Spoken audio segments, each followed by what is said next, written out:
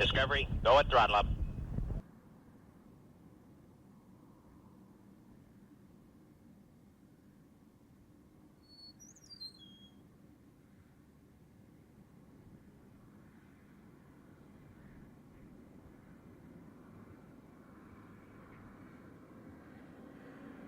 Discovery, go at throttle up.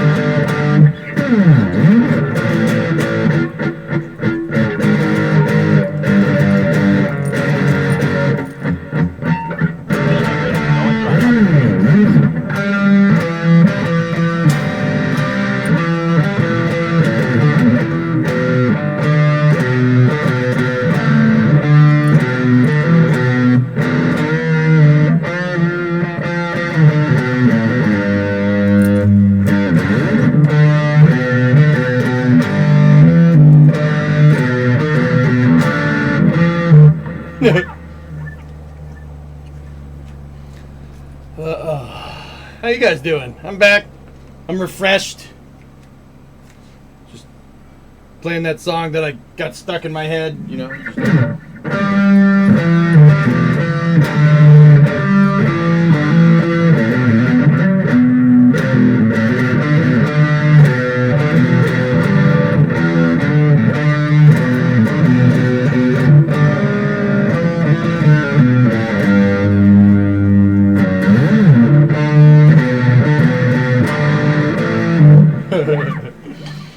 What's going on? Great, now it's in your head. Well, it's a good song. It's not a bad song, dude. This guy this guy rocks. Oh, yeah. Yeah. See, hopefully it doesn't, because we have the trucks and the Starbase Live stuff, it doesn't throw off anything too much. Tune them fingers. Yeah, metal, my hand is not working how it should.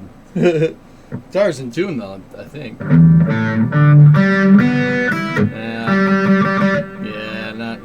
It's getting there. It's struggling. I have no idea what that song is. This one?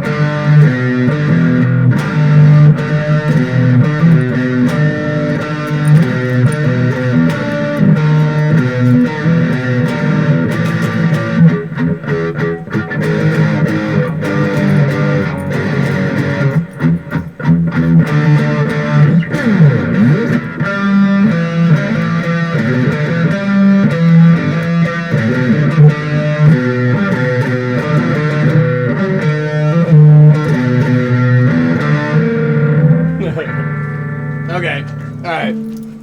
I'm procrastinating because I don't want to do this space news. Is that bad? Okay. We'll settle in. Very bad. Is Ryan joining us today? He asked, and I told him I don't think people want to talk about Starship updates today too much, dudes.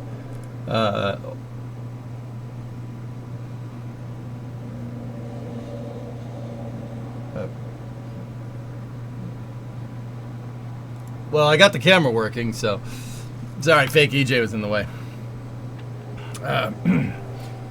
So, yeah, I had a feeling people didn't want to talk too much about it. Same hat. Yeah, it is the same hat.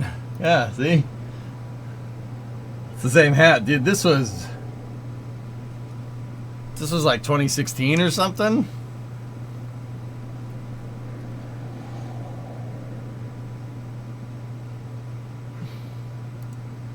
Yeah, it's been a bit.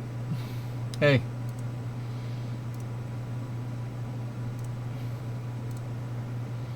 All right. Oh, my hat! Oh, my hat!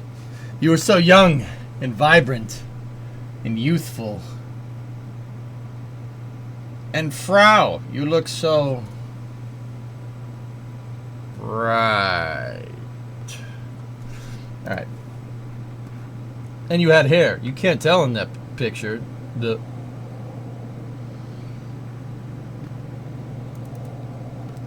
Discovery. So what do you want to talk about? We got an Electron launch in a couple hours, which is good. Creeper did give me a bunch of links. Let's see what Creeper got. See if there's anything good. Anything good? Mm-hmm. Oh, we got an Ars article.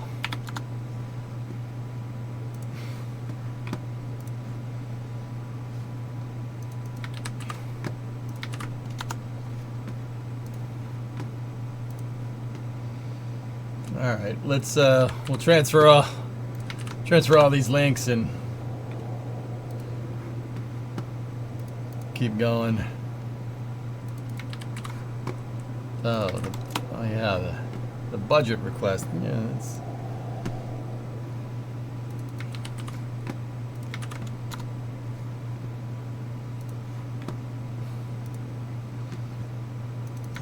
transferring all the links, and then we'll start the Space and Rocket review.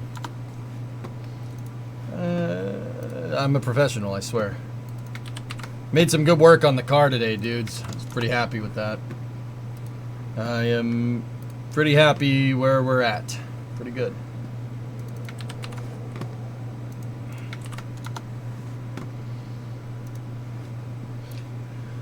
Okay. Discovery. Go and throttle. Such exciting news coming. Yeah, I know. It's so exciting. Aren't you happy? All right. So we will start Space News with a story. Paul, I got to do it for Space News. I told a bunch of people to come back for Space News so we could talk about it, dude. I'm gonna have to. It is what it is, man. It's okay. I'm in a good mood. We made some good work on the car today, dude, with you guys' help. We'll get that leaf spring perch off tomorrow morning, and we'll I have to buy some leaf spring shackles soon. Pretty sweet. I saved one of them, but we're gonna need another one because we are rapidly approaching the point of drastic reassembly, and I'm really happy about that. Only joking. Right. This weekend gave you crippling depression. Oh, did it give you osteoporosis? Okay, so here's your story time. I helped my neighbor fix his cousin's car. Yeah, I helped out over the weekend.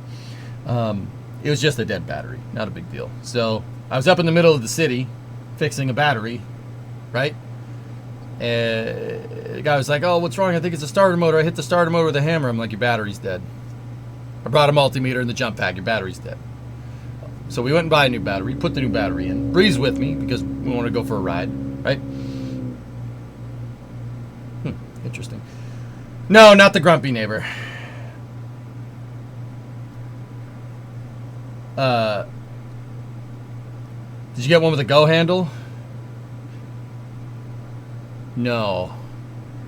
The car didn't like that. That Kia didn't want one with the go handle. I got the one that was the best for the job. Discovery, go and throttle up. So it was the cheapest. I didn't buy it, so whatever. So we replaced the battery, and my neighbor's cousin was like, "Dude, I gotta take you out. I gotta take you out for lunch. We gotta take you out for lunch. You can't just come here and fix the dang car. You saved me a call to the mechanic."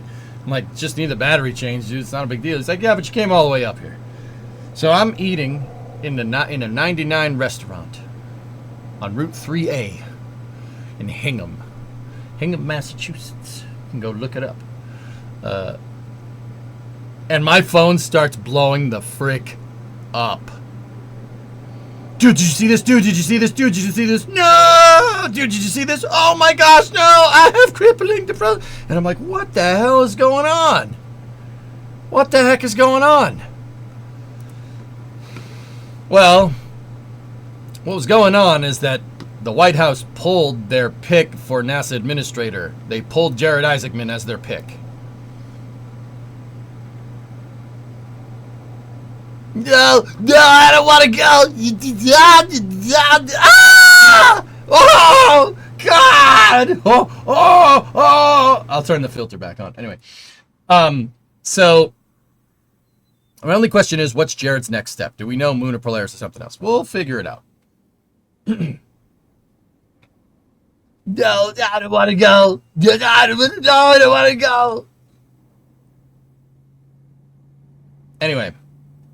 So, first of all, I didn't believe it. It wasn't until Rook posted that I was like, I didn't believe it. And I was like, no, there's no way. This is just bullcrap. No, it's not. The White House pulled their nomination for NASA administrator after clearing the Commerce, Justice, and Science Committee 19-9. Jared's vote basically would have been today.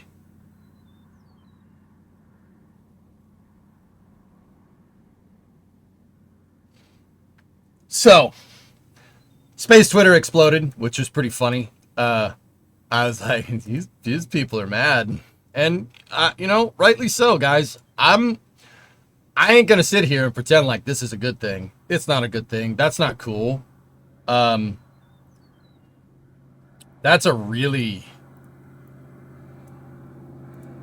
seemingly at this point in time, as of June 2nd, 2025, that was a really bad idea.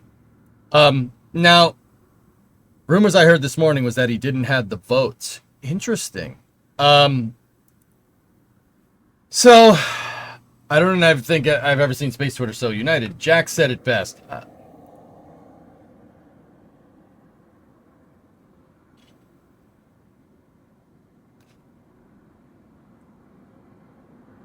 Oh, this is space. I'm in space. I read that thread.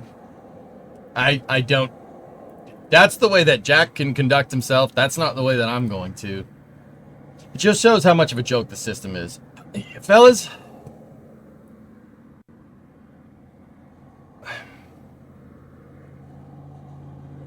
is it bad if I'm not, too incredibly pissed off about this? Don't get me wrong. It sucks. But, now, hear me out. Hey, Audio, thanks for gifting 5. I appreciate that, man. People are probably going to unsubscribe after what I'm about to say, but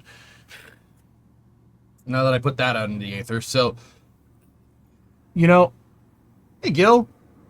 DJ just driving in. Miss anything embarrassing? Oh, no. I just licked rust off my hand in the first part of the stream for $28. It was great.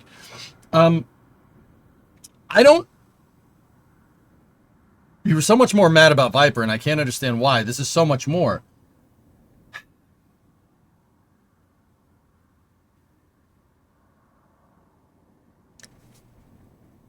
Guys, look.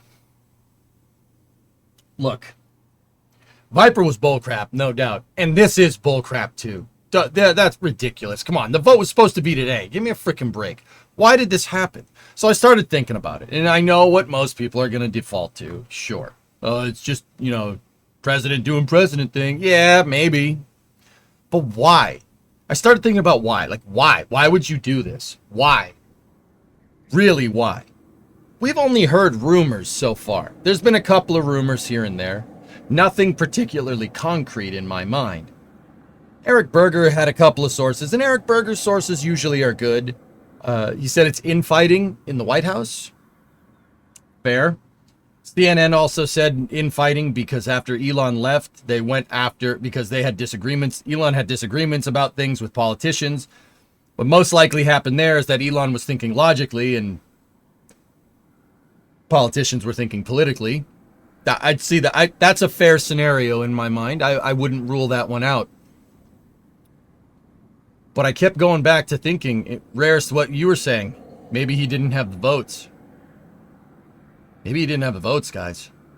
It's possible. That's a possibility. That could be a possibility for the infighting. Now think about it for a second. You don't have the votes. People aren't going to vote for you. Why? Well, the president's budget proposal guts NASA completely. Nobody in Congress is going to vote for that. And nobody in Congress most definitely won't vote to nominate a NASA administrator that's going to carry that crap out. The last time we did that, Constellation got canceled. Congress ain't going to repeat the same mistake, especially if there's a lot of money involved. Think about it. Food for thought. Am I wrong? So you could say infighting, but I refuse to believe that, okay, so just they did it because they didn't like him? No. No. If he doesn't have the votes, then you're kind of boned. And no one's going to vote for a NASA facility to leave their congressional district, no matter what side of the aisle you're on, right?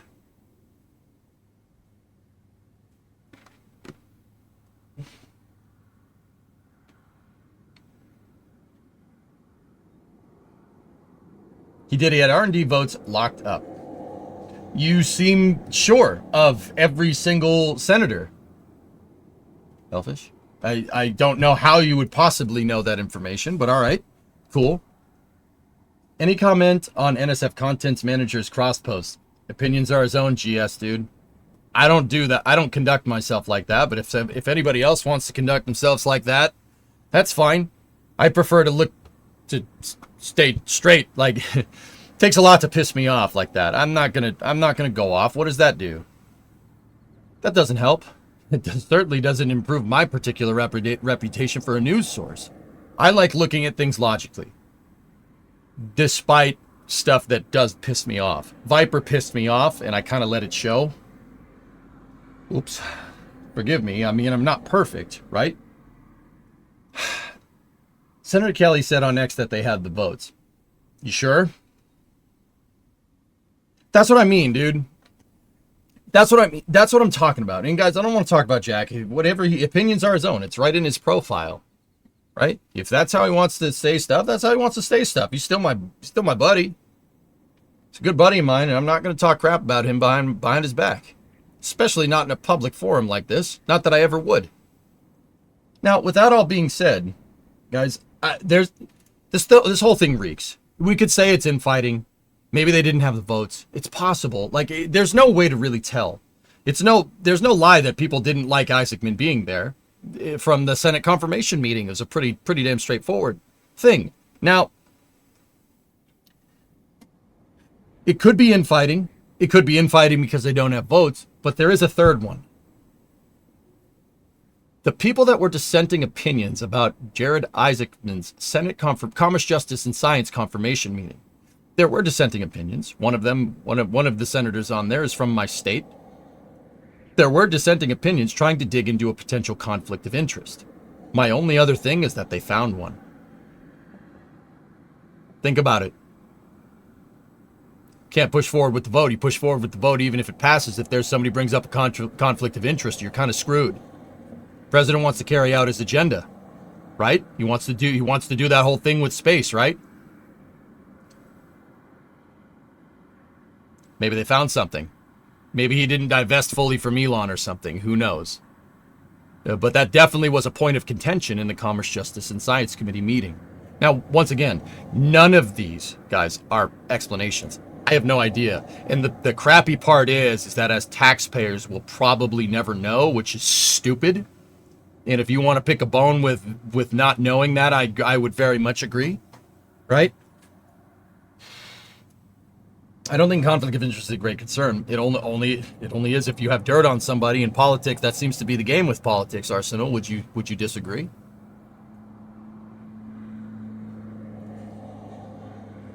Could also be that Isaacman wasn't happy with the proposed budget either. That would align with proven Rule 8 behavior. That's correct. But the budget given doesn't... See... Remember, so first of all, guys, remember that budget hasn't passed. It's a budget proposal. It's a budget proposal which basically screws NASA out of like $4 billion or something. We'll look at it a little later if you want. The major claim before 7-4 posted their article had to do with White House insiders pushing him out due to a dislike of Elon. I'd believe that. Yeah, I'd believe that. I think that's ridiculous, and I think you're... I think that reflects extremely poor on the executive branch. To be 100% honest with you, I think it really does. If infighting is going to basically tank NASA, well, I have a problem with that. I'm pretty sure everybody here, if you're a U.S. taxpayer, should also have a problem with that, regardless of where you stand on things. That's not okay. That's really uncool. The president's supposed to be running the country. Right? He's the one that's supposed to make this decision, not anybody else. I don't like that. I have a problem with that. You know what I mean? Elon was the biggest champion of Rook. People in Congress didn't like what Elon did with Doge. And with Elon being done and going back to work, this was the best way to give him the bird. Yeah, I mean... Geek...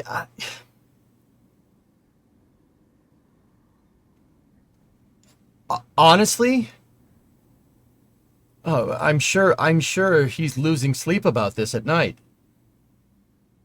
What are you gonna do? Screw his buddy out of being NASA administrator so he can't have his own space program? Don't make me tap the sign. Don't make me tap the sign.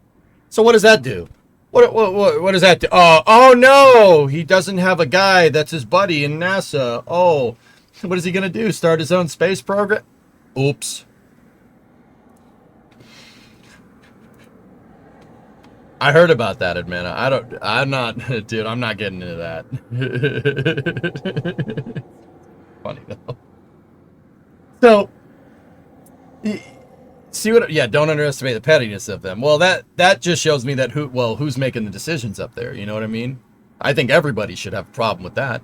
I mean, people have problems with that for different reasons, obviously. I'm not stupid, right? Now, it's funny because that's what you're going to do? That's what you're going to do? You're going to pull Isaacman and get back at him? Oh no. Oh no, now he just keeps going about his business. Oh yeah, you're really stuck it to him, guys. That's why I don't really kind of believe that. They did it to get back at Elon. Oh, okay. Okay. Oh yeah, worst case scenario here, he's got his captain back for the first crewed Starship flight. Oh no. Like, look, man, I ain't gonna throw it past Congress being that ridiculously petty about things, but that's pretty bad. I don't know. I think either didn't have the votes. I mean, no doubt it's political football, and we don't like that at all. That's stupid, especially when NASA gets caught up in it. It's so funny that people are kicking and screaming about this, if that's the case, who's making the decisions? Is Congress putting pressure on the executive branch? Is there infighting in the executive branch? Who knows? I don't know. Either way, it's pretty uncool. It's a crappy thing, but for some reason I'm not too bothered by it. Don't get me wrong. This is not a good thing, and I don't want to sugarcoat it. Maybe I'm being a little tempered about it, straight tempered about it, because everybody else freaked out, and I want to figure out what's going on, right? Isaacman's nomination was never popular, but Elon had too much influence when he was in the White House. They just happened to delay Isaacman's vote until after Elon left. Interesting timing. We should have seen that one coming, Arsenal. Yeah, I don't know, man. Maybe. Um, Either way, executive infighting, congressional pressure. Guys, yeah, we're kind of at a loss here. We don't really know what's going on. How does NASA move forward from here? Paul, I'm not gonna, like, don't get me wrong, this is a bad thing, dude, right? But I'm not gonna sound the alarms until I really see what's going on with who'd you pick. So if you don't want Isaacman, who is he picking? Who's your next administrator?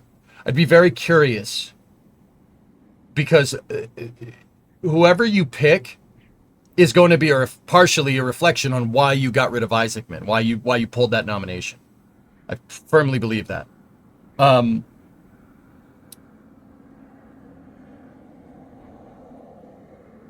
yeah, I firmly believe that we're only going to be able to tell based off of the nomination. Now, Eric Berger suggested a retired Air Force General Krast, I think is his name, as a potential for a nominee for another administrator. Now, there's no doubt. I mean, he cited the reason as being politically loyal to the president, which is fair. I mean, you don't necessarily have to agree with that. Like, I know a lot of people won't, but remember how hard it was for Jim, dudes. Remember how hard it was. People fought him at every freaking corner. So having somebody that is in direct alignment with the executive branch to carry out what he wants NASA to do is usually useful, right? Remember remember how long it took Jim to get in there? It was a big pain in the butt. Everybody, they stonewalled him at every single chance. He didn't get into NASA to start running NASA until like 2018, which is absurd. But like I said, Eric Berger's floated that. General Krast.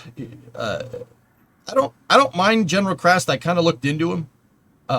He's very, very pro commercial space, so it might not be bad.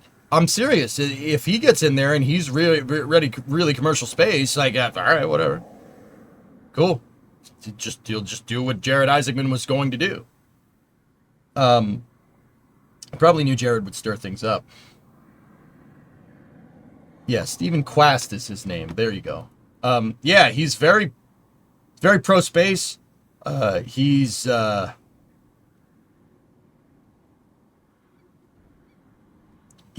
he was in the Air Force from 1986 to 2019. Lieutenant General is what he went up to, what he got up to.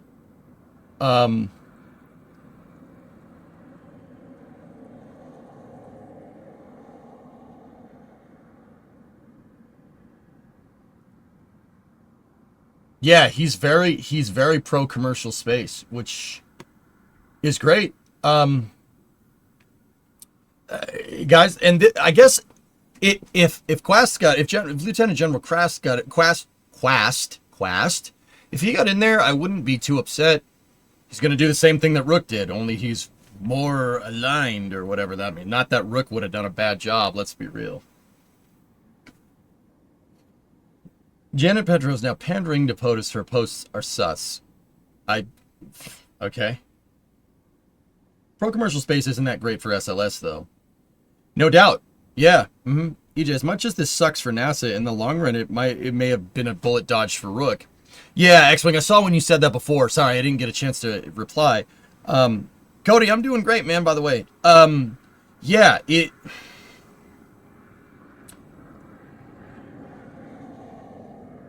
you know, it's so funny to me because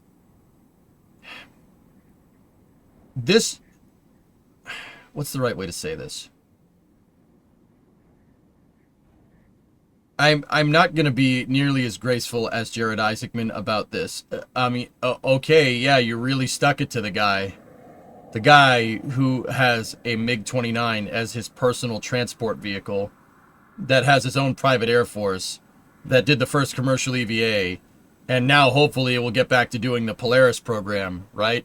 And maybe even be the first person to pilot Starship. Yeah, I'm sure he's really upset about this. You know, like I'm sure he's really mad. It's Starbase Live, Remo. Maybe one of the first people on Mars. Yeah, oh no, he has to go back to doing that, to being a billionaire. Oh no. Like, it's so funny because it kind of shows, like, if this is infighting or something, it shows how freaking stupid people are. Like, are you serious? Like, no, I'm going to pull a Rook because Elon, I don't like you. Oh, I'm going to hit him where it hurts. I'm like, bro, these people are billionaires, dude. Do you understand that like, okay. Oh no, Rook has to go back to running his own private space program with Elon. Oh no. Oh no!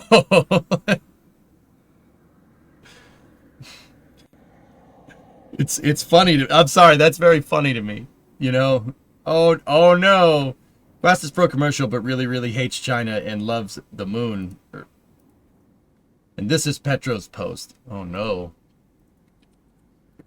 Either way, guys, I'm not gonna get this wrangled up into some kind of partisan thing. It's just funny to me. Like, personally, that sounds extremely petty, and I know that a lot of people want to believe that it's just infighting, or they didn't like Elon, or da.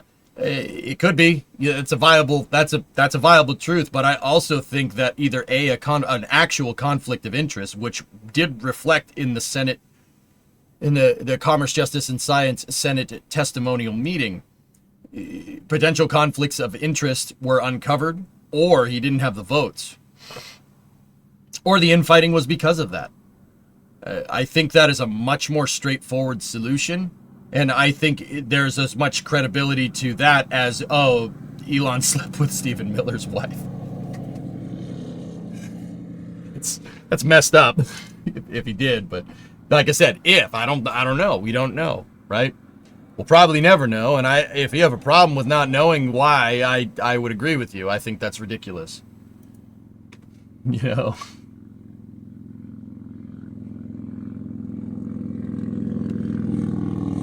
Hang on one second. We got a message. Might be important.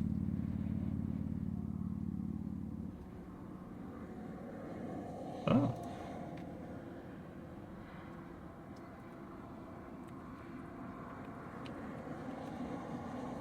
All right. Would explain the black eye. Yeah. Yeah, man, I mean, he said his kid punched him. I don't know if Elon would lie about that kind of stuff, dude. He usually is I think that's his problem. And why there could potentially be infighting. I think Elon's very honest. Like, dude, all right, you want me to be candid for a second? He's worth $419 billion. He doesn't care. He can just say what he wants. He has frick you money 419 times over. You know what I mean? Like, I don't think why would he lie? Why? There's no reason to lie about that, right? Like,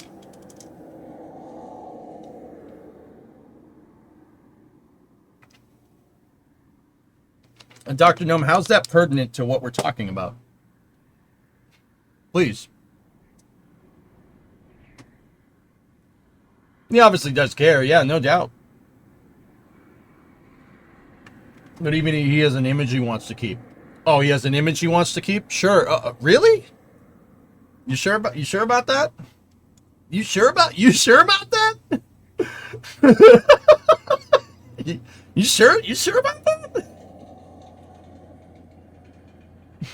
Who knows? Anyway, either way, guys, I think I'm not gonna really.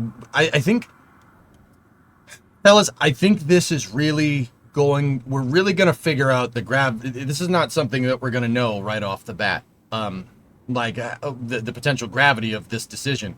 I think it really depends on who's the next nominee. Who was in the hair plugs? Dude, he got those like 30 years ago, man.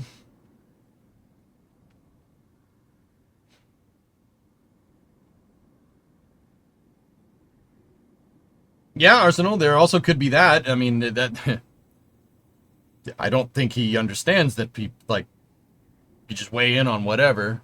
But either way, fellas. Yeah, exactly, Sean. He's like at the top of the frick you money list by a long shot. Either way, fellas. Yeah, I'm not gonna sit here and try and pretend like this is some kind of good decision. I think Rook could have done amazing things for NASA. What I'm kind of worried about now. Is that NASA's budget proposal is not great. It's like a $4 billion reduction, with science getting the brunt of the big FU. And guys, like, I'll be 100% honest with you. I think people in Congress looked at that and said, no, we're not going to do that. The last time NASA tried to have the rug pulled out under it like this, Congress legislated a rocket into law. So there's historical precedent here. Go figure. We got SLS because of this exact same scenario. And I'm not really too happy with the budget proposal, but the budget proposal does reflect championing commercial space, which I'm not necessarily okay with that. You guys know how I feel about that. There needs to be parity. NASA needs to be doing everything that SpaceX is doing and then some. SpaceX should be the service for NASA, so to do things, right? But if NASA doesn't have their own space program, right? If they don't have their own space program that's doing its own thing independently of SpaceX, someone can come along and all the programs that NASA would be doing if they don't have one big integrated program, all those programs kind of get scattered to the wind. They don't really have any codependencies with other programs. No codependencies on programs makes things very easy to cancel. Case in point. Somebody will come along and will gut NASA because, commercial can do it better. Well, we could save a lot of money with commercial.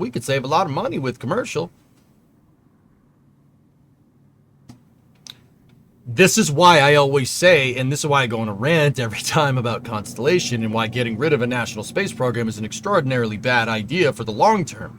We're going to get explosive commercial growth, hopefully not literally, or actually, right? You'll get explosive commercial growth in the short term, but the long term is there's really no sustainability. NASA is the one thing that could keep your sustainability going there.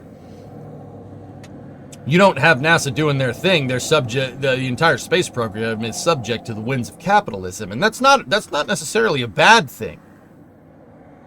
It might be fine. Probably will be. I don't like probably will be. Probably will be doesn't work very well in the space program now, does it? I want our best foot forward. Right?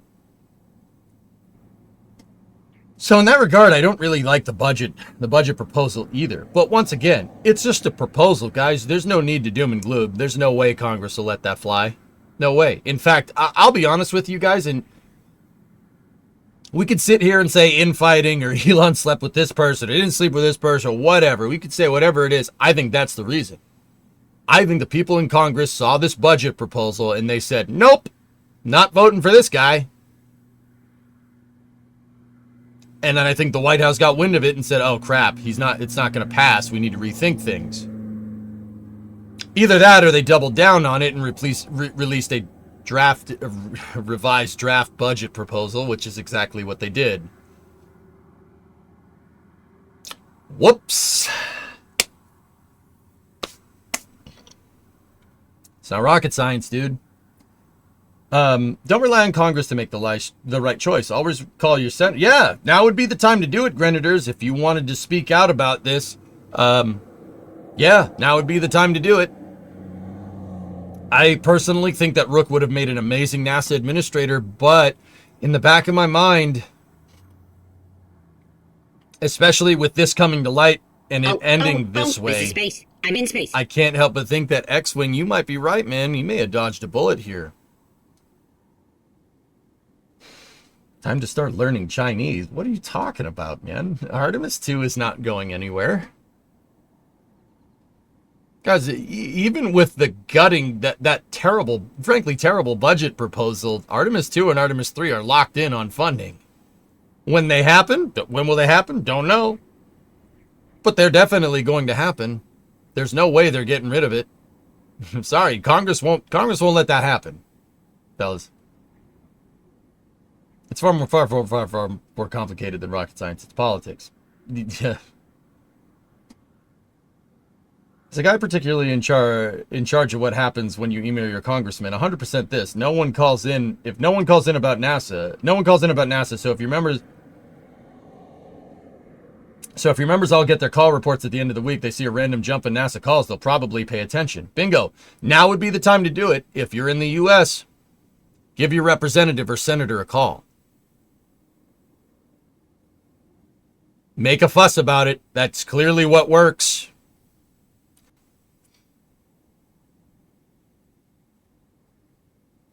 I said it before, there's a silver lining. If NASA can accomplish what it needs to on this restricted budget, at least Rook won't be taking the blame.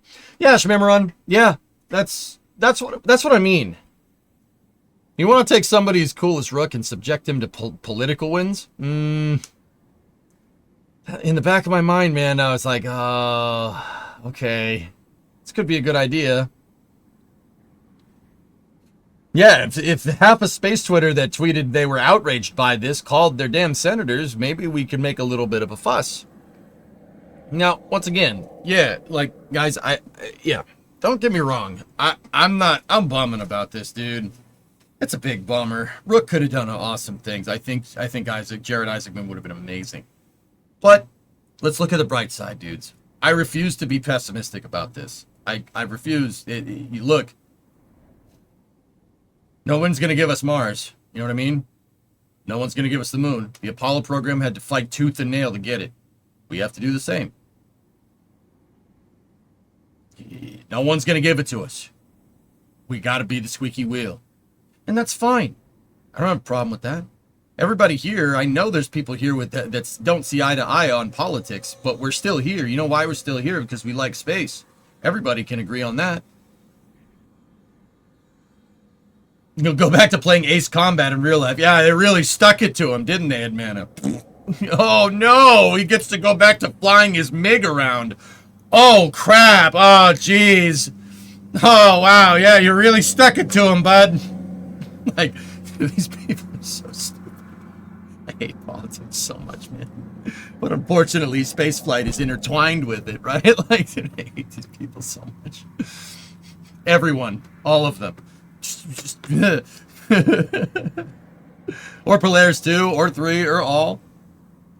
I was gonna say, it's gonna be really funny when Rook lands a starship on the moon before NASA gets there.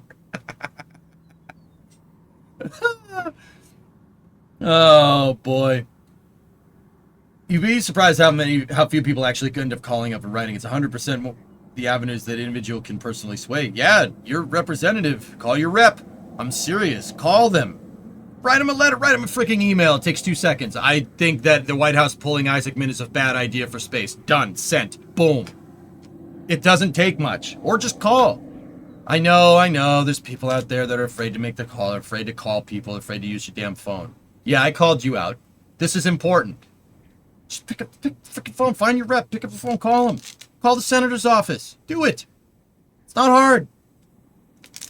Call your senator. Demand KSP3. Demand to see the senator's manager. Let life rue the day that was going to give Cave Johnson lemons. Dear Senator, Orange Rocket good. What do I say? Hey, I don't like your way of screwing NASA? No, say I think that this is a bad idea. You want to participate in the federal government, guys. You want to participate in government. You want to have your voice. You don't want to sit. You don't want to just sit here and be ashamed that, at all the decisions that are happening. Remember, you got to act like an adult. You have to be a legal adult to participate in politics in this country. That's important to remember. So carry yourself with grace like Rook would and write a letter. Say something. If you want to. If you don't. If I'm just your entertainment, that's fair. Whatever. All good, dude.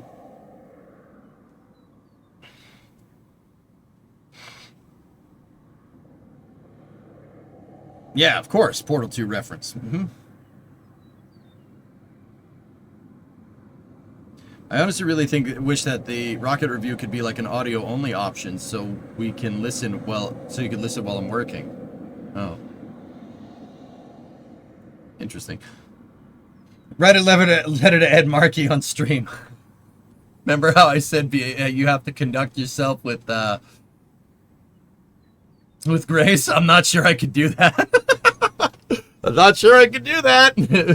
You know. Anyway, time to call Dr. C. That's right. Dr. C would be great. But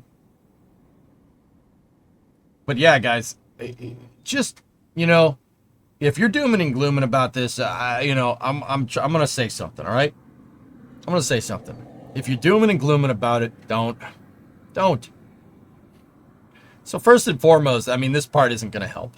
But first and foremost, this has been happening to NASA for 40 years. And I've been calling it out as best as I see it for the last 10. It happened with Space Station Freedom. It happened with it. Well, before that, it happened with the shuttle program, happened with Space Station Freedom, happened with DCX, happened with Venture Star, happened with the Constellation program, happened with Mars Sample Return, Viper, as of recent.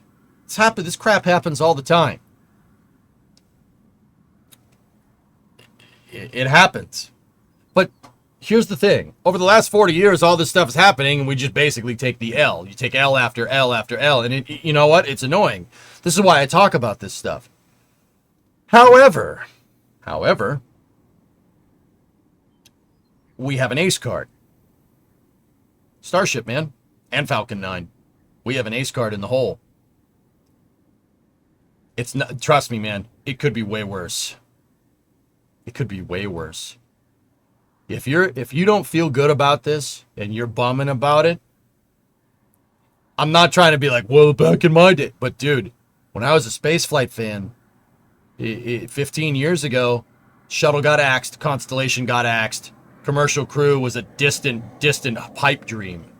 There was nothing. There was nothing but Soyuz. And now Soyuz isn't bad, but it was so sad not launching people to space from KSC. We don't have to worry about that anymore.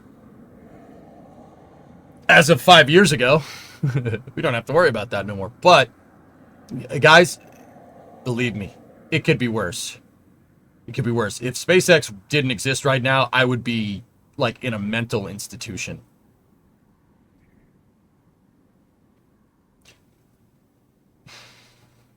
First time? Yeah, exactly, dude. It's that meme. You listing all these gutted programs as a rapid fire is not a good feeling. Well, I told you this part. I told you this part wouldn't be good. But like I said, guys, this could be way worse. This is not the worst hand that NASA or the space program in general has been dealt, believe it or not. It's not. It's pretty bad. It's definitely on the list of top 5 stupidest things that NASA or the executive branch has done pertaining to NASA. It's definitely top 5, but it's not the worst. Could be worse. It always could be worse. Because remember, we almost had nothing. And that really would have sucked. Eating cats on the moon. Yep. Without SpaceX, NASA would be still waiting on Starliner to be ready. That's right.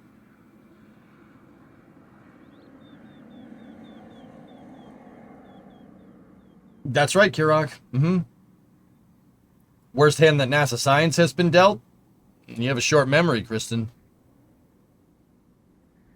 The science program and JPL, you can go read about this, in the 70s, almost folded completely.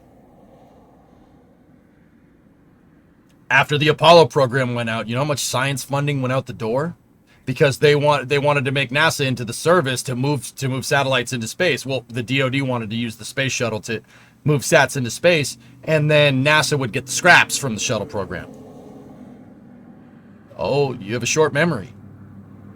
Trust me, JPL almost folded in the 70s. You noticed how they really didn't start doing really cool stuff until like the 90s with the Mars probes and stuff. Like JPL back in the day did the Surveyor programs and Mariner and Ranger and all those other things, right? And then kind of didn't hear much from them through the 70s. Kristen, it can be worse. I'm telling you, this could be way worse. Yeah, there's Voyager, right? That's 1 or 2 every once in a while, right? JPL didn't really get up to where it is until the 90s. It took them a long time to reel from what happened in the 70s, you know? Like I said, it could always be worse.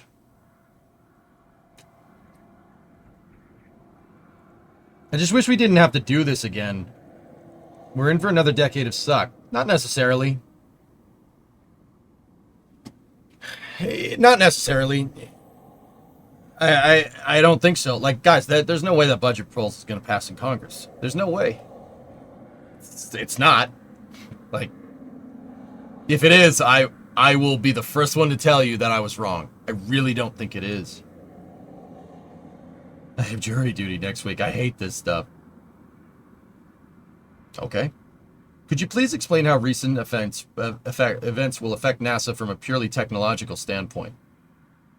Yeah, sure. The science budget is going to get croaked pretty bad if that budget proposal goes through. But it hasn't, Lava Eagle. It hasn't. So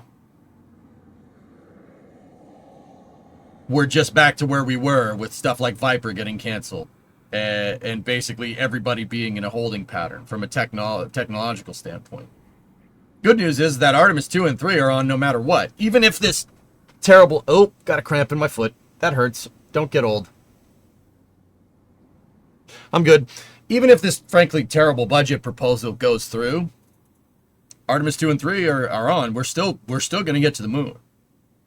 At the very least, we're going to get people near it. That's pretty cool.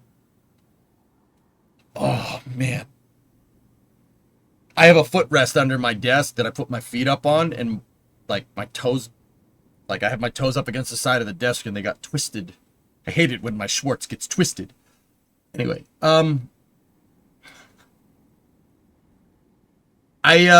guys, I really don't think this is the end. I'm not dooming and glooming. Oh, hello, Space Pope. Whoa, how you doing, boy?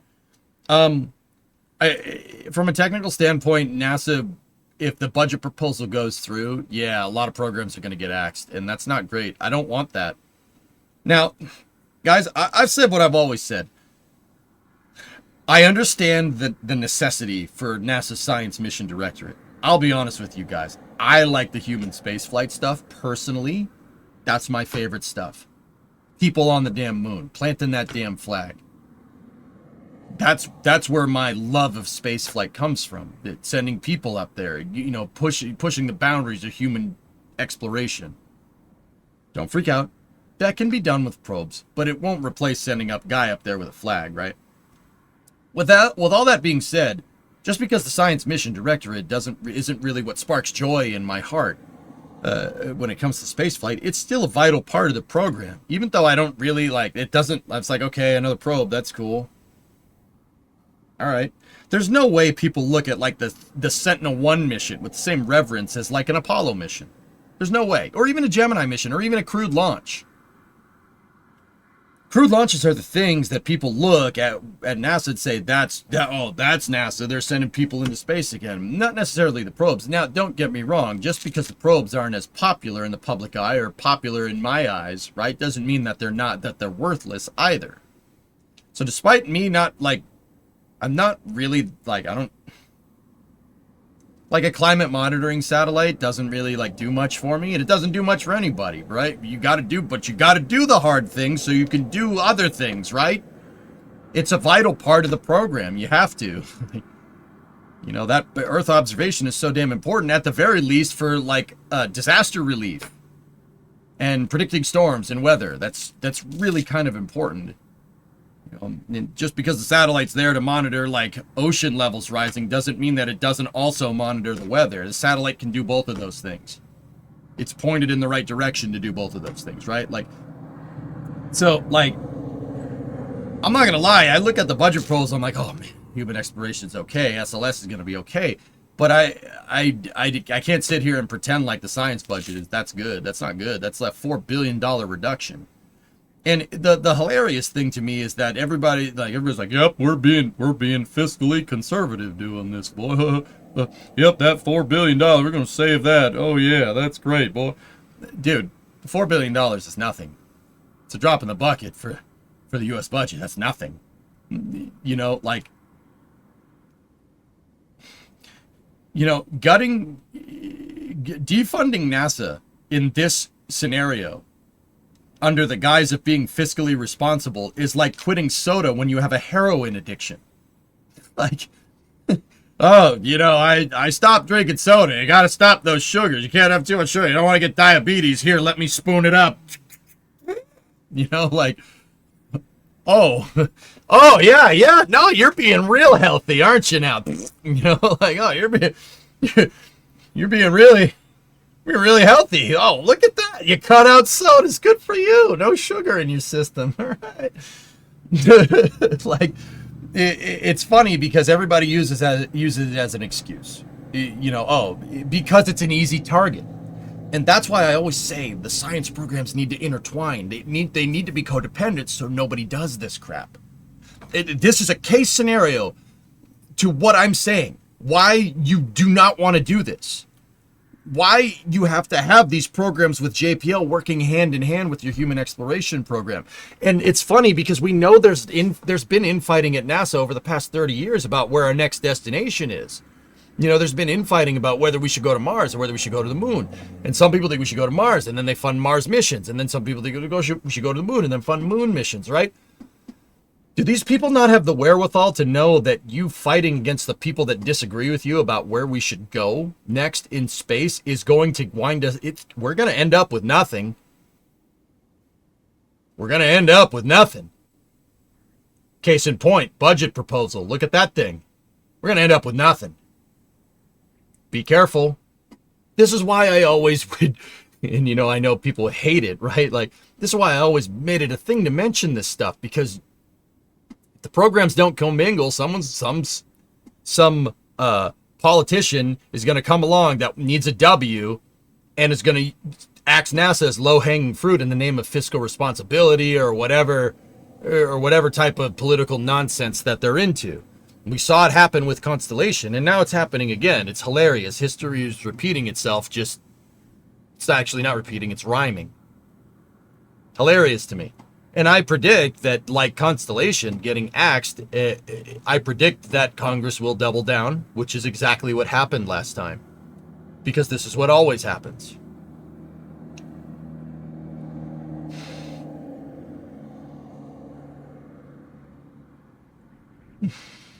Probably don't matter if I buy five or I turn off Osiris. They'll be fine. Xerax, I'll say it once, I'll say it again. It's not passing in Congress. Doesn't matter what letter you have next, what letter people in Congress have next to their name. Nobody's going to agree to a $4 billion loss in tax revenue in their congressional district because somebody wants to pull a NASA facility. You know how I know? Every single NASA facility that was created during the Apollo program, more than a half century ago, is still around. Weird, huh? Stennis, Marshall, Michoud, Kennedy, NASA Glenn, the Plumbrook plant at Glenn, Ames, Armstrong Flight Research Center. They're all there. They're all still around. Every single one of them. No NASA facility has been shut down. They're not going to because Congress defends them. I'm telling you, it's not going to fly. Even if you agree with the budget. Most of you don't. It's not going to fly, dude.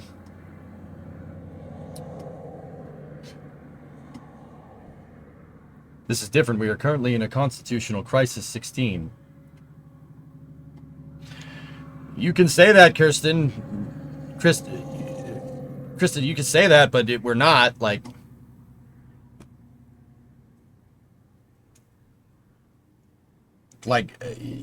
I don't think so. Really don't. Like, what do you...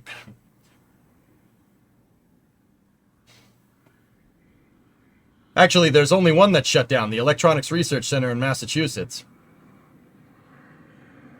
Once again, shows where our politicians' minds are at, NG, don't you think? Weird.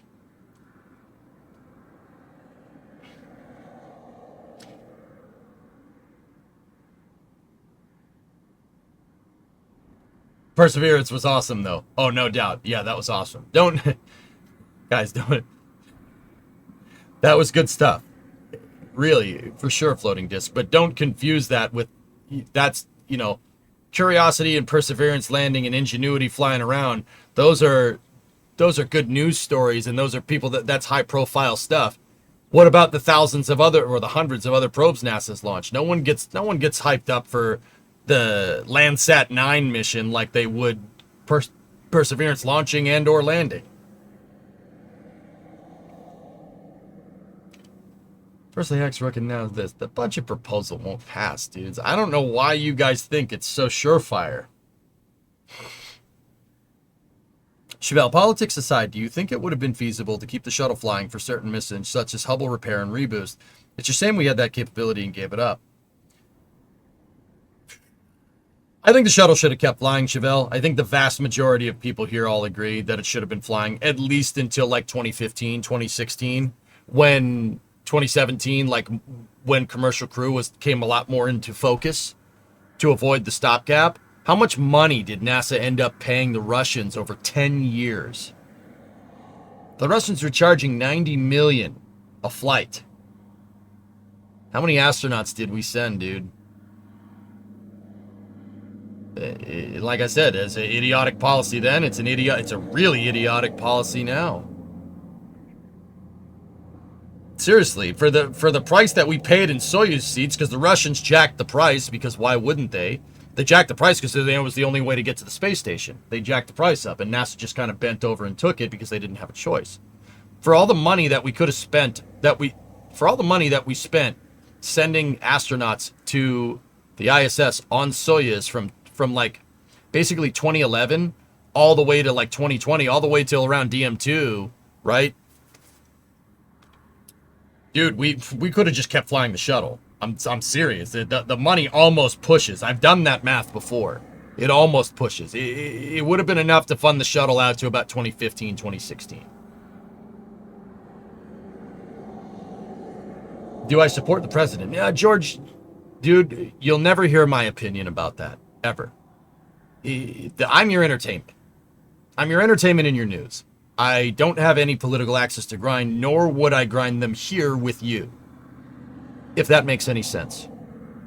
I don't think that's right, me weighing in. I think I have a moral obligation to the people that pay me to be objective. So, I'm going to be objective. With that being said, I'm not perfect. Some decisions NASA makes are just too dumb. They even test my patience. You know?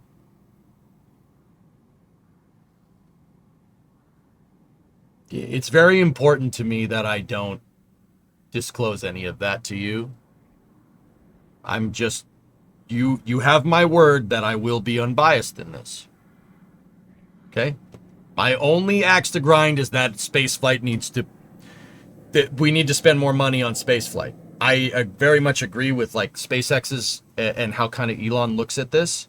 Don't take that as an endorsement of anything. I think he's right. I think we have the technology to get to Mars. We've had the technology to get to Mars. Not utilizing that technology is asking for an extinction event, and I don't want to see humanity get basically belted by an asteroid. Right? I don't want Chicxulub. If another Chicxulub style asteroid hits us, we die. That's it. No more humans. Ever. No more nothing. Or no more everything.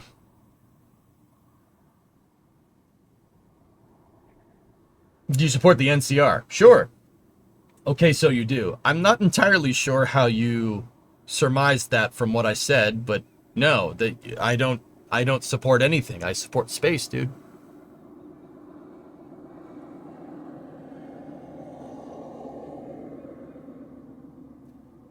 Chicxulub was the name of the asteroid that killed the dinosaurs. Yeah. Who do you think would be a good new nominee? Mike Griffin would be my pick.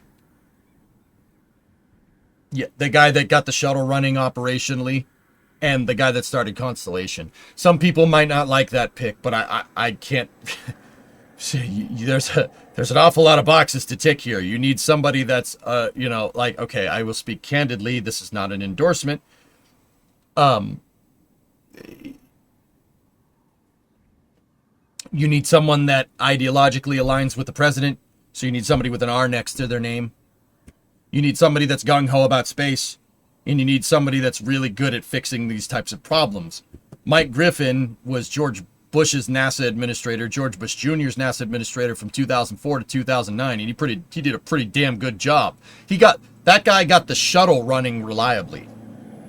Dude, if you can get the shuttle program running reliably, fixing Artemis is not that big of a deal. You know, like, that's not a big deal in my mind. Well, also championing the Constellation program. Mike would be my pick, but I don't think he'd do it. I think he's too old. Thoughts on the speculation regarding Quest? I don't know. Yeah, NG. See, the thing is that with the budget proposal with Rook being there, I know that Rook would have championed science, no matter who is, if it's NASA or private or public or whatever. I'm not sure about Kvast. I know Kvast is very pro-commercial space, but that doesn't spell very good things for NASA.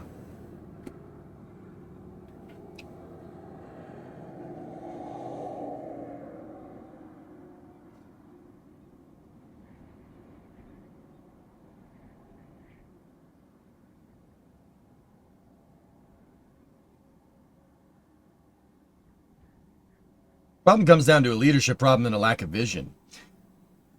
Mowgli, I would argue that there's a pretty clear vision with what the president wants to do. Obviously, he wants to champion commercial and go to Mars. He's very pro-Mars because of Elon. But for all we know, that could have flipped now. So, I mean, yeah, I guess you're right. Sorry, I had to talk myself through that one. I've never understood... Like, NASA's a political... What do you think it would be like internal or something? Well, checks and balances, man. I don't really get behind the we need to back up humanity angle for spaceflight. That's a nice result, but for me, it's more learning to live in places that want to kill us. That will better our understanding of how to live here on Earth. I don't think that's a mutual decision, Motor Kid, but if that's how you want to rationalize it, sure, whatever. If you had to pick a Gen Z person for NASA administrator, who? I don't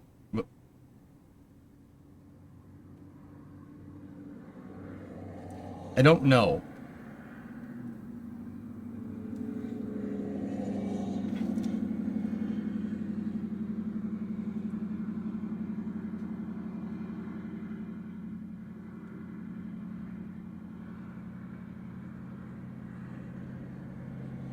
I don't know, John. Yeah, I'm gonna pass on that question. Mr. Beast? Is Mr. Beast? Yeah. Wouldn't be a pretty good one.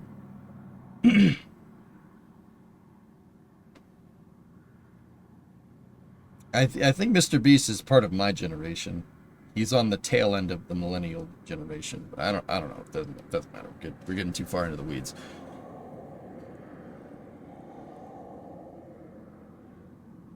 Chris and Meg's not so well-known brother, Stewie Griffin. Yeah, there you go. Yeah, exactly. Yeah, Mike Griffin. Yep. Just got here. Any space news over the weekend? Nah, nothing. I choose me to be the next head? I do it, sure. I'll take one for the team, but I don't think I'm anywhere near the top of the list, bud.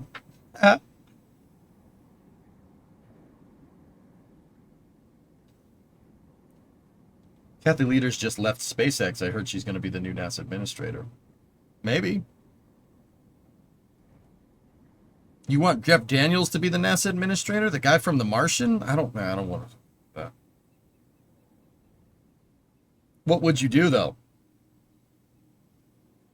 Hypothetically, if you put me in as NASA administrator, well, first of all, I'd be having a long chit chat with the president about my ideas and what I think needs to be done. Yeah. And if somehow we got to concurrence there, I'd basically be going around the horn to Congress. I'd go talk to every single representative and every single senator about what I think needs to be done. There you go, geek. Good for you.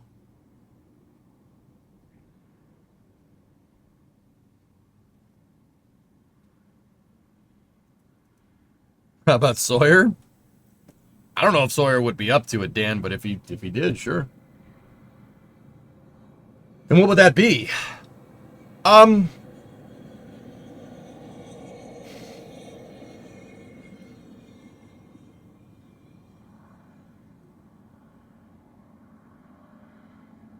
don't know, man. Basically going further into space. I would need to sell the idea of more SLSs. We need at least 4 SLSs a year for this program to be even remotely tenable. I've done the math many times. 4 launches will get you sustainably exploring the moon. In the meantime, you could pay SpaceX or you could pay Blue to work on Martian architecture, or if you really want to be good, if we really want to be good, this is like the ideal scenario. What we would do is actually use lunar architecture, or the lunar architecture. Take SLS and take your EUS, or give it a better upper stage, some type of higher energy upper stage, and make a gateway into a upper stage derived outpost like Skylab. And then make gateway into that and use that as a prototype transfer vehicle to do Martian and Venusian flybys in the 2030s. That's very easy. That is low-hanging fruit, to be honest with you. It's low-hanging fruit. Pick up where Apollo left off. 4 launches a year, 2 long-duration missions, right? With 1 short-duration mission overlap.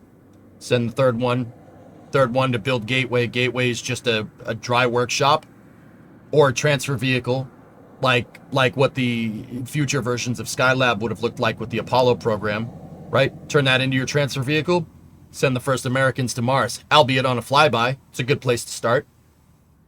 And then a Venusian flyby as well. Have Americans be the first humans to ever see Mars with their own eyes. That could be done. It could be done, and it could be done by the 2030s pretty well, actually. Well, supporting a lunar base. Well, by the by, you let SpaceX do their thing and go ham on Mars.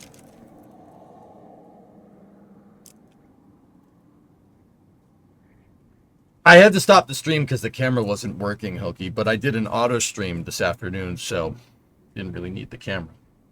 I see Mars with my own eyes pretty often. I just look up for the red dot. Thank you for adding nothing to the conversation, S, as per usual. Really appreciate it. Yeah, I would have to sell people on this idea. I think it could be done. I'm a pretty good salesman. I worked in retail for a long time. And I don't think anybody in Congress is going to be against having, you know, oh no, this big space program is going to put jobs in my district. If you spread it all around, just like what James Webb wanted to do, you could easily make another program right now. No one, I don't. So 2 things are prevailing in my mind. 1, this seems like a very easy thing to do. It's very clear in my mind. 2, it's very clear in my mind, right? And this should be easy to do, but it's not. So we'll go to part B here, right? If it's very easy in my mind, either I have thought about this more than anybody else in this country about where we need to be going sustainably in space, and I have the one solution that's going to fix everybody's problems. Highly unlikely. Or 2, it's an extremely hard problem to solve. It's not an easy problem to solve. I'm going to go with this one. I think part B, 2. Point 2, part B, part 2. I think that it's probably a really difficult problem to solve and requires a Herculean effort to do it, but I would do it. I would try I wouldn't go in there with the expectation of compromise. That's for sure.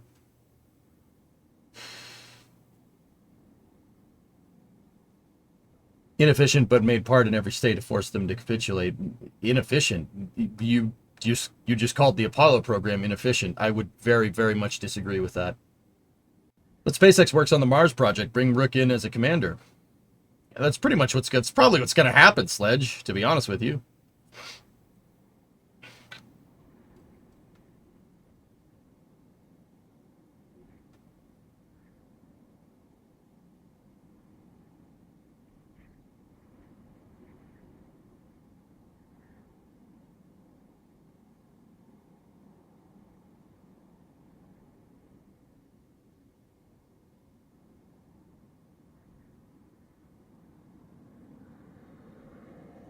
Why not do a flyby of Venus before Mars? Sure, that makes more sense. Do a flyby of Venus. Have NASA go look at Venus while SpaceX goes to Mars. SpaceX is already going to Mars. Might as well. But if you're going to do a flyby of Venus, you should be able to do a flyby of Mars. That's not gonna. That's just a timing thing, dude. Is Venus really that much easier to go to? No, it's about the same factor of difficulty, Sewer Rat. Venus is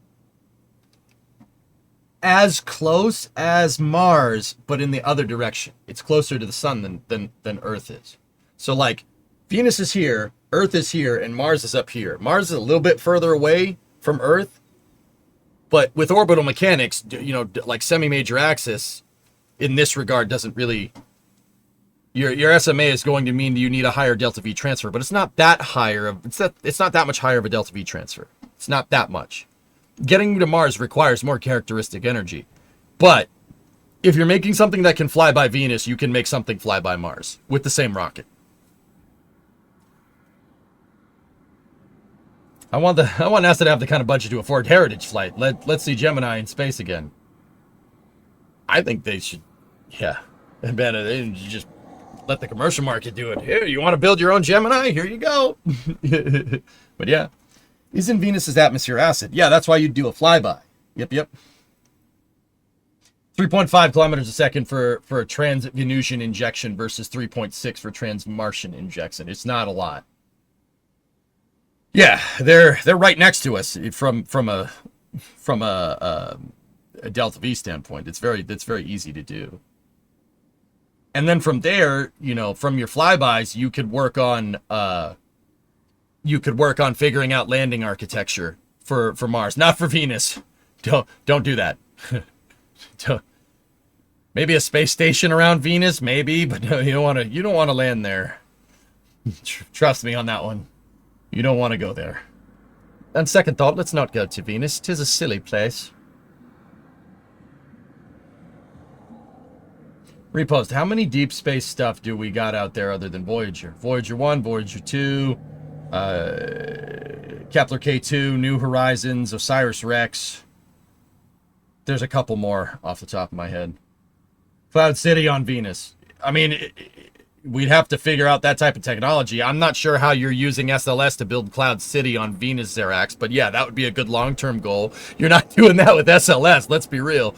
I don't think you'd be doing that with Starship either. What do you think about Verstappen's terrorism on Sunday? I think the walls are closing in, and I think it's fun to watch, but I didn't watch the race, dude. I don't care. You guys are going to call me a piece of crap? I don't care unless a Ferrari wins. I really don't. And let's be real. Ferrari ain't winning anytime soon. So. Dude, don't get me wrong. I'm still an F1 fan. But. And it's really nice to see somebody other than Red Bull or Mercedes winning. I will say that. I don't care. It's not Ferrari. I don't care. It's not Ferrari. I don't care. Is that messed up? Yeah. Yeah, I acknowledge it. I'm not a perfect person, okay? Just remembering the good times, man. I have a question. If Artemis would be dead after Artemis 3, I still think that's really unlikely. Why are they keeping to build a multi-billion-dollar structure ML2 at this point? Because politicians are useless, Bedojo. Yeah, they're useless. Their cancellation and funding doesn't work as fast as we think it does. It's slow. It's a slow and metered design on purpose. I don't think it will, with that being said. Like I said, dude, there ain't no... I really, really don't think this budget proposal is going to go anywhere. Not without a negotiation. I said this on Flame Trench a long time ago. Everything is a negotiation with the guy in the White House. Everything's a negotiation. That's like he says. That's what he says. Everything's a negotiation. So he lowballed NASA, and he knows that that's not going to go. But you lowballed them. They're going to ask for more funding, and at the very worst, NASA pushes, which is what I think is going to happen. How much does it hurt having a Sauber in front of Ferrari crossing the checkered flag? I don't think about that, Willian. I don't think about it. It's pain. Spain minus the S. This is why I don't care. It hurts. It's been 18 years, man. Oh my god. Ah!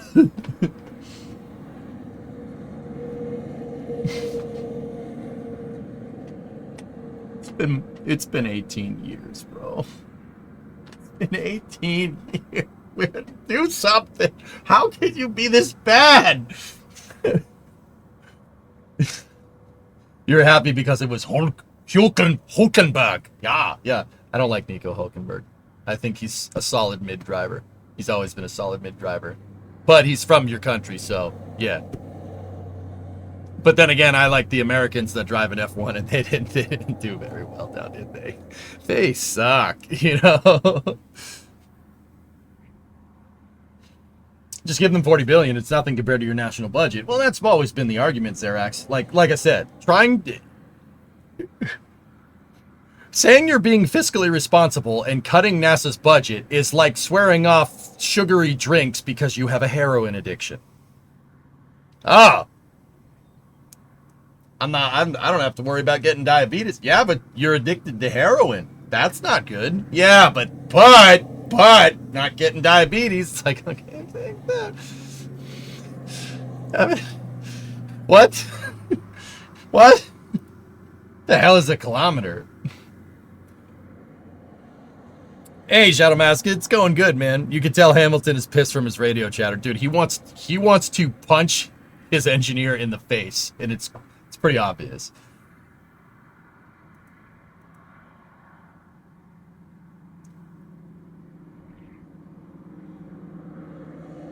Yeah, don't you? I should.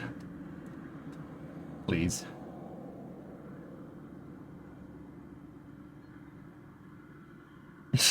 Very nice. The H is cut with C12H2 2011. Yeah.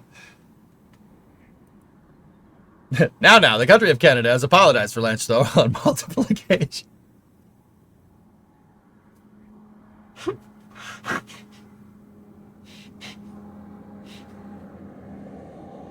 That was good, man.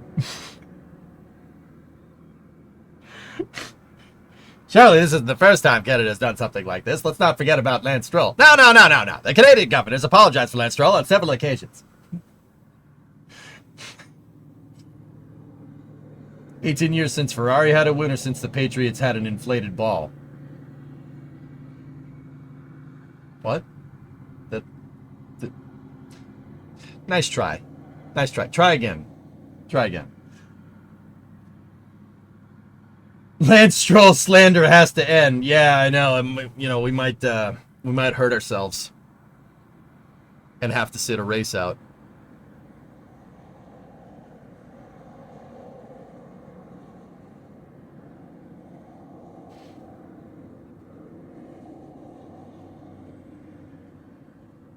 Everyone knows the best race engineers come from Italy.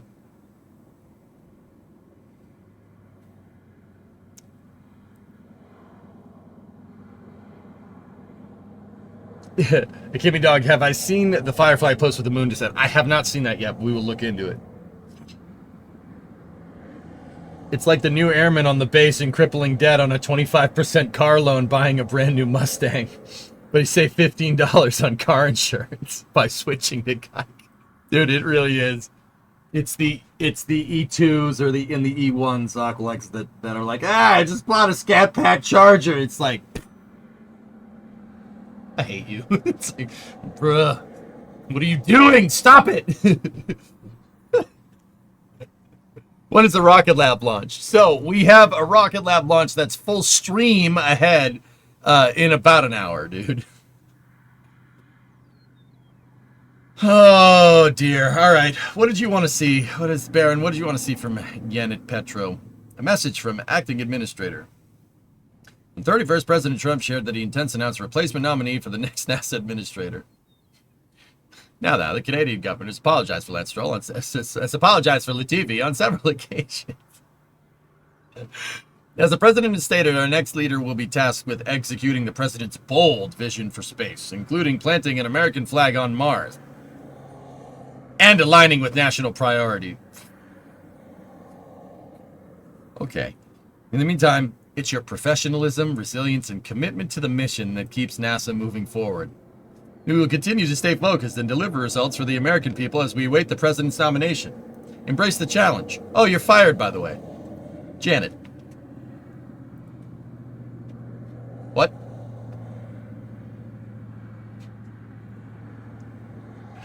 I'm sorry. Sorry, having a little fun. Anyway,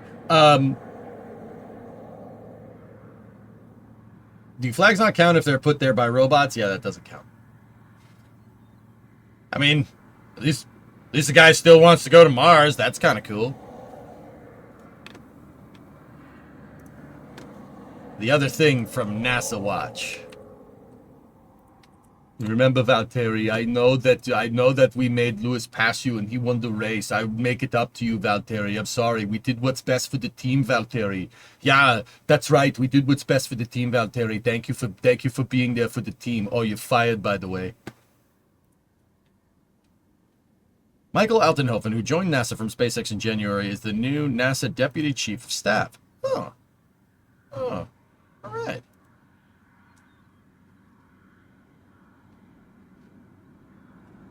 Huh.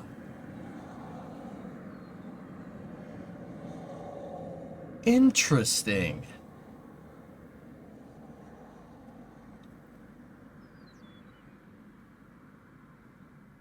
Interdasting.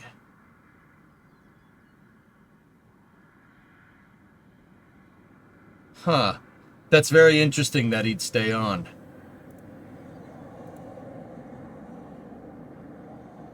Dude. Alright.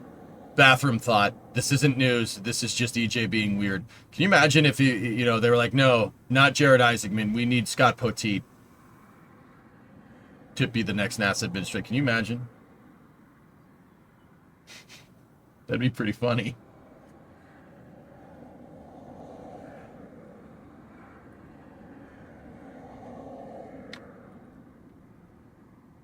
What, this one?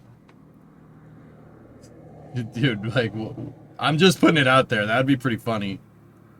Harry Grok, rewrite Petro's message in the style that Keith is suggesting.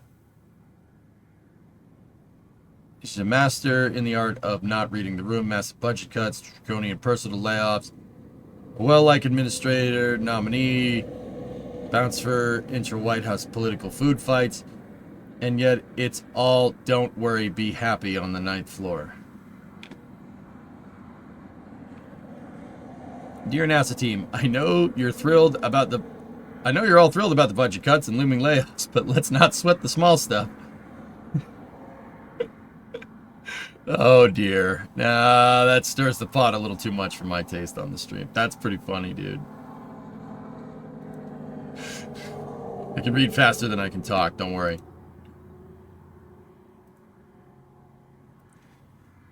Oh boy. Anyway, I think we've discussed this pretty well, dudes. I don't... It's not a good thing. It's not good pulling the administrator nominee like a couple of days before Senate votes on it. I've offered several, I think, completely logical explanations, but the truth is that we don't know. We don't know why this is going to happen. Or we don't know why this happened. Everything is hearsay. And while there are journalists out there with sources that are pretty damn good, you're not going to know exactly what went down. Long story short, dudes, this isn't the end. I really don't think it is. It's not great. It's not ideal, and maybe I'm just numb to it. Possibly. But honestly, dude, we got, like, this is going to sound so dumb, and I know this isn't the answer that people want. Dude. There. See that? We got that.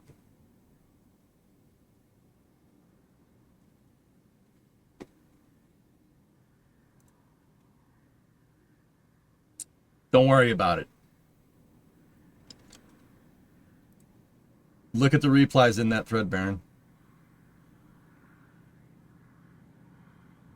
Yeah, maybe. Yeah, right. When people bring up Stroll and start with their statement, at least he's not Mazepin. That's not exactly a ringing endorsement for talent. Yeah. You know what Russian driver I didn't mind? I didn't mind Sirotkin. I think Sergei Sirotkin was a pretty damn good driver. There was one race, one time, where you saw him wheel with people. Like, he actually fought for position, and he actually showed pretty damn good racecraft. But then, yeah, nope. They got rid of him, and we got Mazepin instead. So, you know. Dang, I was really hoping for Scorched Earth EJ. Jared, dude, too many people are freaking out about this. Too many people are freaking out. I'm sorry, man. Too many people are going off for my taste. I think I try to look very logically into things, especially something like this. I try not to jump to conclusions. And you're seeing a kind of rare, very objective side of me. Dude, don't get me wrong, dude. I'm a little pissed, but it's not the end of the world. Like, this isn't ideal. The budget proposal, frankly, sucks. Like, to be candid, it's pretty bad, dude. But I see so many people freaking out. I see so many people blowing their top. And I'm like, whoa, slow down. Slow your roll. Let's make sure we're taking the pitchforks out for a very good reason. Right? You know, I don't get pissed unless about this stuff unless we're absolutely sure. Like, do you want to do that now? Is that the right move? Is it the right move for me to come up here and lambast the president? I don't think so. I really don't. Let's wait and see who he picks. Don't get me wrong. I don't think that that's a good idea, getting rid of Isaacman. I really don't. I think that was a huge missed opportunity, huge blunder. But it's not my time nor place to sit here and do that. I didn't do that with the last guy, and I won't do it now.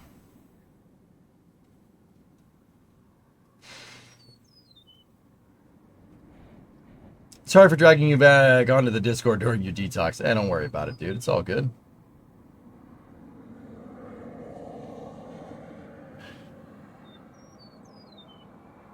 Yeah, Jared, with that being said, bro, I am really trying hard to be objective, okay? This is annoying, man. Ugh. But, once again, I see everybody else freak out, and I'm not just going to be like, too, you know? Like, let's think about this. Let's figure out where we're at. Right? Any ETA on a new nomination? No. Just to play devil's advocate, the administration was elected on a platform of making cuts and getting a country's debt under control. Isn't this just him delivering what he promised, which politicians of all stripes get lambasted for not doing? Yeah, you could play that. You could play that game, Badger. But their thing was to cut waste. I don't think NASA is a waste. And I don't think many U.S. citizens think NASA is a waste either. Would you agree? Bird. Starbase Live, Bird.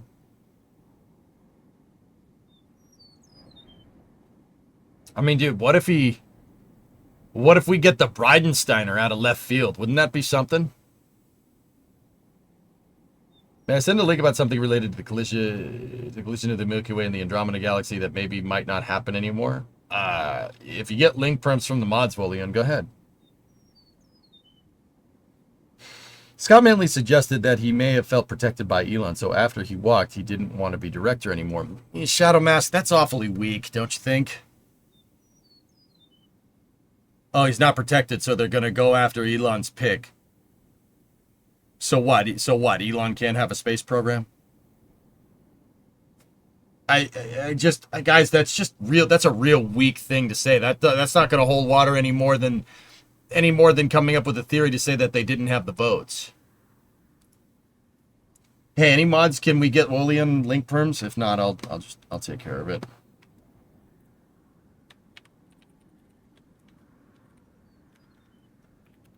There you go, buddy. I think he was more afraid of what he might be asked to do without being insulted. Yeah, maybe. Bring Mount Mountain Dew. That was a good time, Jared. Yeah. And what's Rook gonna do? Oh no, you have to go back to flying your own commercial space missions, actually flying things into space. Like, oh no, I'm sure he's very distraught. Like, yeah, good. If political infighting is what did it, that's not the own you think it is, dudes. You know. In the Starship clips, are the flames coming up towards the camera? No, they're going out. Yep. Elon was at the legal limit for serving as a special advisor. His walking away was required by law. Correct. Yep.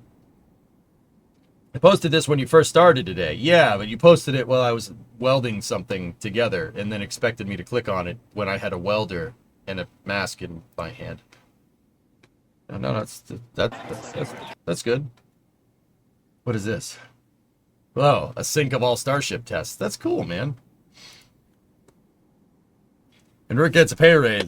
Like I said, guys, best case scenario, Rick reactivates the Polaris program. Polaris 2 is back on the menu, and then Polaris 3 is back on the menu. You guys remember what I think Polaris 2 is, right? Because Polaris 3 is the first crewed flight of a Starship per the original Polaris program. You know what I think Polaris 2 is, right? I think it's a Dragon getting sent up and docking with a Starship. I'm pretty sure that that's what that is. And I'm not going to eat my hat over this one because it's very likely that I'm wrong. I've been very wrong on the theory crafting over the last year or so. But I think Polaris 2 is Dragon docking with a Starship and potentially them having the first people inside of Starship on orbit. Link is 2 messages upwards.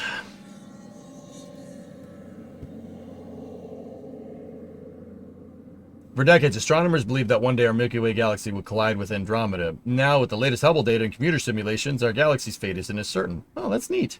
Cool. That's right from NASA.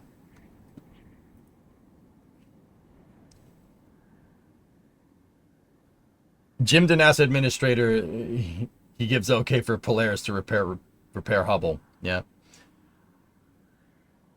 Polaris is back on the menu. Yeah, guys, like I said, this isn't the worst outcome because we still got stuff like this and this.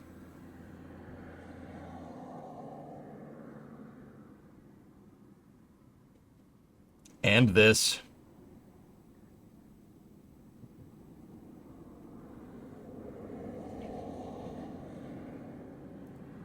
And this. See last. What is your last? Your last is what?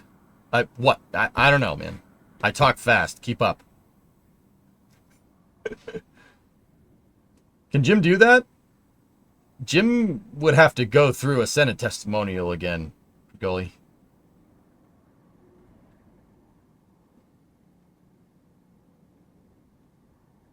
Polaris could also visit the Vast station. That's true.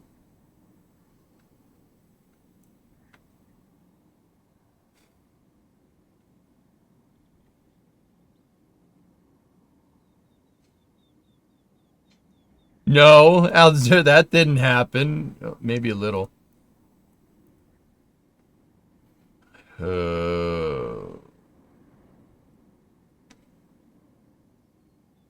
I'll pass the word on, Reigns. Oh, woof.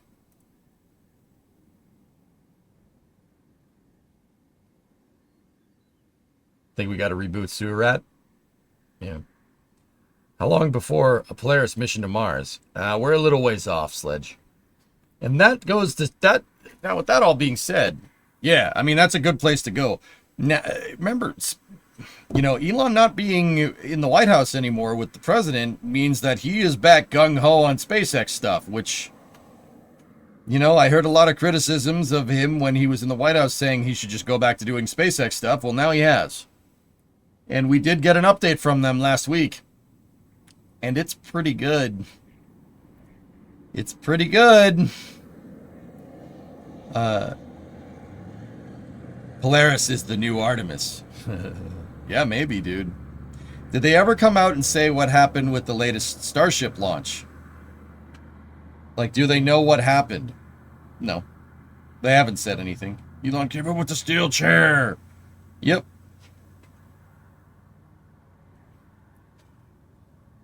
So, here, let's just keep this footage going.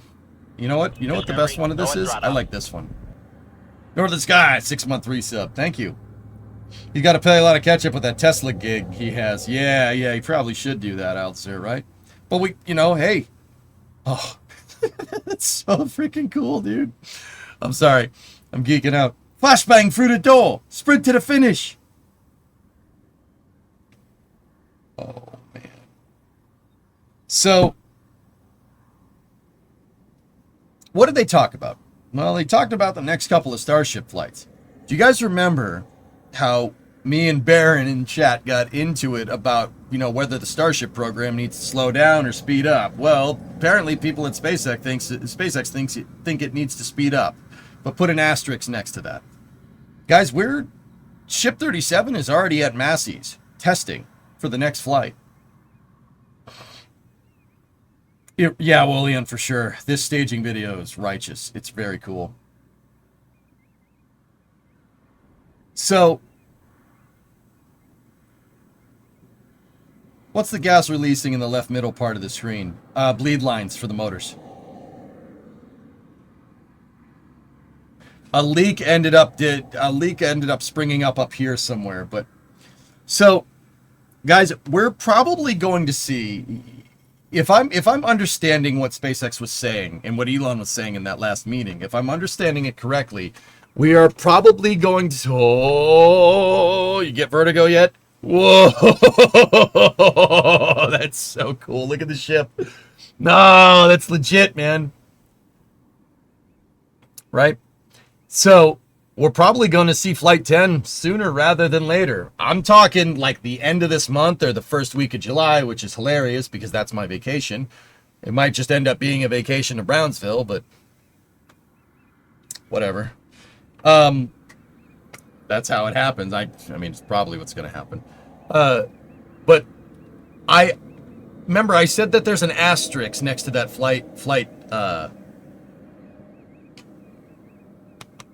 there's an asterisk next to that quick flight succession, excuse me. I think Flight 10 and Flight 11 are going to come at you very fast. You know why? Because they're the last of the Block 2. It's the last of the Block 2 stuff. And this is the other question, aside from Isaacman, that I've seen asked a lot. Yum Food, you asked this question. Fortunately, I can read a lot faster than I can talk. I read chats. I read everything that everybody says. I just can't reply to all of it. I don't think my mouth is capable of moving that quickly.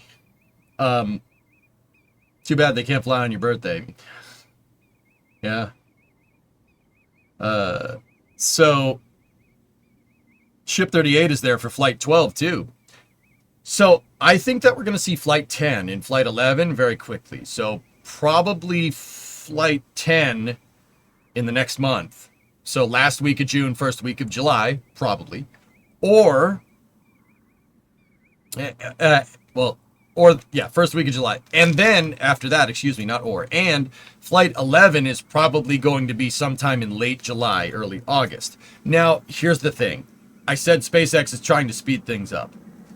I think they need... I said particularly that they need to speed things up because, taking your foot off the gas is going to screw your momentum. I don't necessarily think that that's what's going on. I will amend what I said before we had this new information.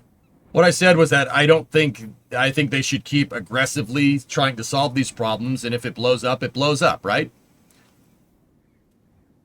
What we also did kind of learn is that, the other thing that I did say is that I think these ships have mitigations because SpaceX is going to, SpaceX does mitigations when they're just trying to get something to work, not when they have the fix. I've often said, basically since Flight 7, that a fix is probably coming down the road. And like I said, this meeting with Elon was very, very, not my personal meeting, the Starship presentation after Flight 9 was very telling. Block 3 is coming.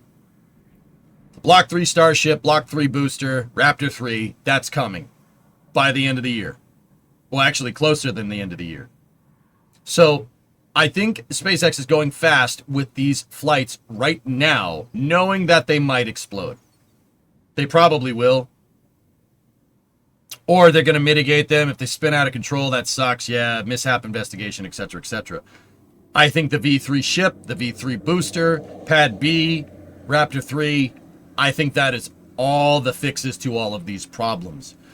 Elon specifically addressed leaks when talking about Raptor 3, and he said that the wire harness is integrated inside of the structure of Raptor. So if there is a leak, the leak just gets sucked out the bottom and doesn't fry the engine, so they won't lose control. Now, that coupled with Raptor 3 eliminating flanges as much as possible and welding the whole damn thing together also eliminates potential leaking points, which means between that and the integrated electronics that they were talking about, that SpaceX is not looking to completely mitigate that leak problem, but they're looking to basically work with it, which is very interesting. That's very interesting. That's a very interesting way to do that. I think that's super cool. And I don't think that'll totally solve the leaking problems, but it does kind of explain why these ships, Flight 7, Flight 8, etc., are having so much problems. Flight 7, Flight 8, and Flight 9. Why they're having so many problems with it? Because these are all mitigations, because the real fixes are coming. You can't take Raptor 2 and retrofit it to be a Raptor 3. It's not, they're way too different. Almost the same almost a completely different motor. Hey, Leglander, thank you very much for the raid, buddy. How close are you to the end of Space News? I kind of want to watch the VOD. We have at least 30 more minutes, Quarantine. I'm going to end with the Rocket Lab full stream ahead launch.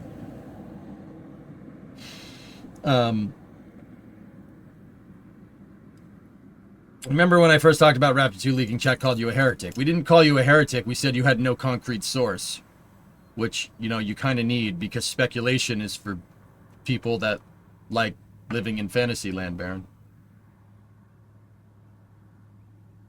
I don't do speculation here.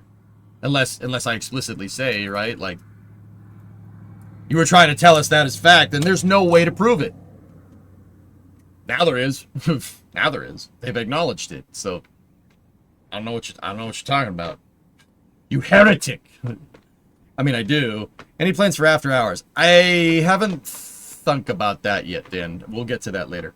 Purge the unclean. No, yeah, Baron, you were right. You were right. In all fairness, you were correct.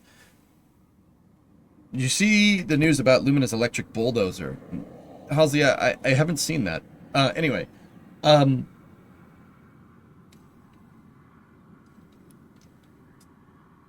So, yeah, guys, I think we're going to see Flight 10 and Flight 11 come in very quick succession, and then I think it's going to take a second they retool. They have to get Pad B operational, and then they have to get enough Raptor 3s manufactured. So probably during August and September, we're probably going to see a little bit of a gap. Probably closer to the gap between Flight 8 and Flight 9. Couple of months before all the V3 stuff is manufactured. That's what I mean. I couldn't figure out what was coming down the pipe to get everything to work, but Raptor 3 does seem to be the thing. Like Raptor 3 and the V3 changes to the booster, etc., etc. Then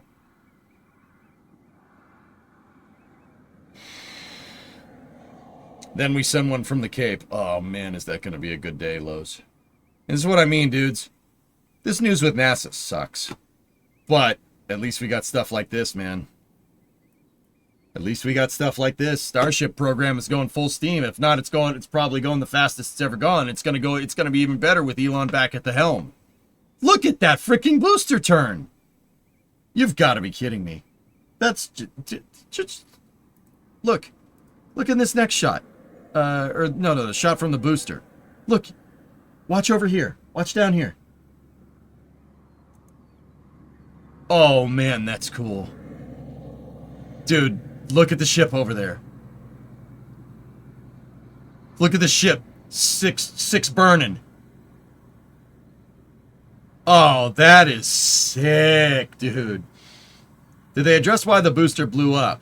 No. My guess is ullage ingestion 619.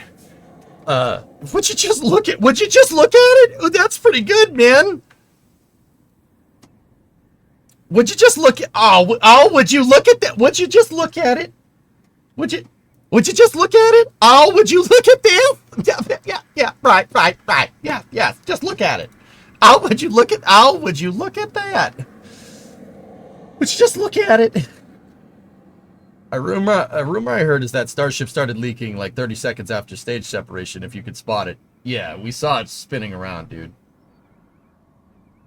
Which is interesting that the leak happened after the hydraulic shock of fluid stopping.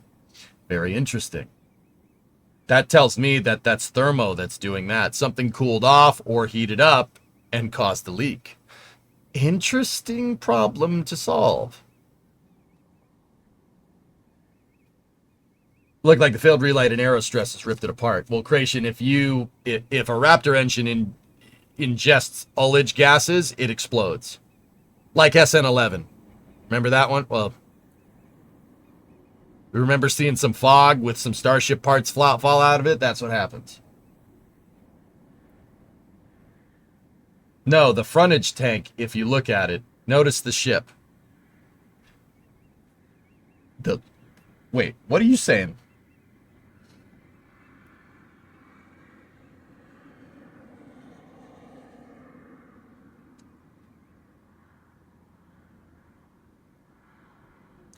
Frick you, Baltimore! Challenge pissing. Compare the engines right after hot staging and right before Seacomb. You can see how the Sea Raptor is hot and sort of discolored in the left RVAC nozzle. Interesting. Yeah?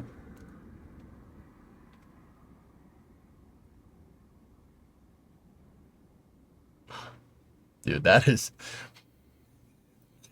That's really cool. Like... Dude, those engines are sitting on that hot staging ring. Look at that thing, dude. Look at the clearance, man.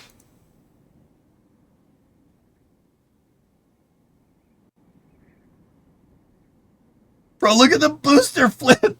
Cole, you had it right, man. That's a 22-story building. It's just like, nah, I'm gone. Bye. You know, like, that's really cool, man. It's clean. It's cool. That's what I call high-quality hot staging. Roll the clip. Look at the ship. What clip? Well, who's they?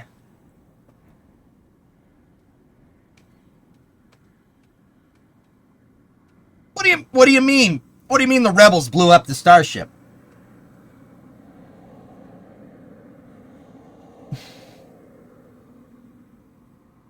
Yeah, the sea level engine. You mean like? Yeah, it's so cool, man. It's so legit, dude. Can't wait for the view with the new hot staging ring. Nianix, it is a 5, isn't it, dude? It is sick. That new ring looks so good, man. I see it. I saw Scott. I saw Scott Manley say, "Struts, hot staging, grid fins on the first stage. Are we sure this isn't in one? You know, like, are you sure about that? You sure about that?"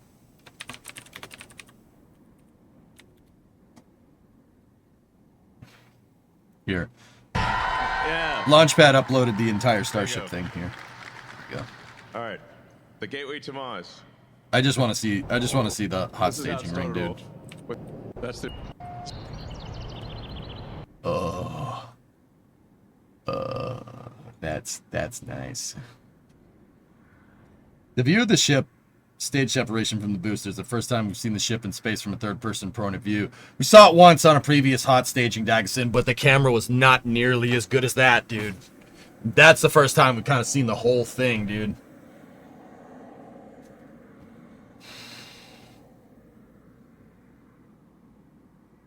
Do we have the size of them strut parts? Oh, those struts are easily the size of a softball, dude. About this big. So, probably like, let me think, 120 millimeter. Yeah. 120 mil. Somewhere around 5 inches. 4 to 5 inches. They're big. Those are big struts. It's 9 meters across, dude. So that's just kind of an approximation. They're big honking struts. Video 2 from Super Heavy's point of view, 14 seconds in. Video 1 from ship point of view, last 5 seconds. You can see something is off. Of course something is off. We knew something. This isn't new information.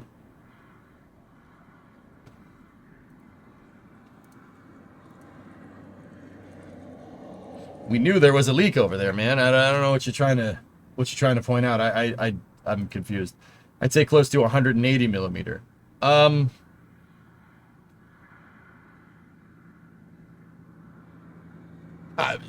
Yeah, in your approximations, sure.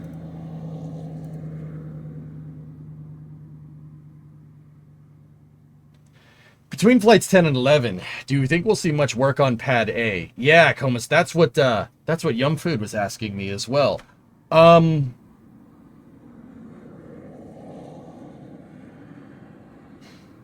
think you're 300 millimeter, shorty. Got him. Anyway,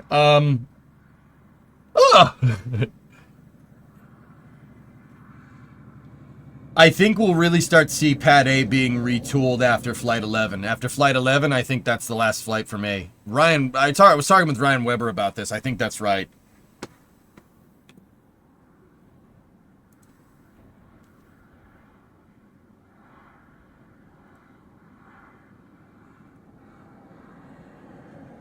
Are those struts hollow or solid steel? Yanix, I would guess to carry the point loads here, they're probably solid. Yeah, that's probably, well, yeah, I would say solid for sure. Now, you know you're not allowed to talk about Scott Manley unless you'll use his voice. Hello, Scott Manley here. Today we're going to be talking about Elon Musk's presentation about Starship. Yeah, and it has a whole bunch of new Starship improvements that we're going to see probably over the next 6 months or something. Is that what you wanted to hear? Dude, Scott's going to get wind of this and he's going to be like, oh, frick that guy. You know? He's going to get wind of it. He's going to be like, I hate you. I'll be like, all right. You know? He's a good buddy of mine, dude.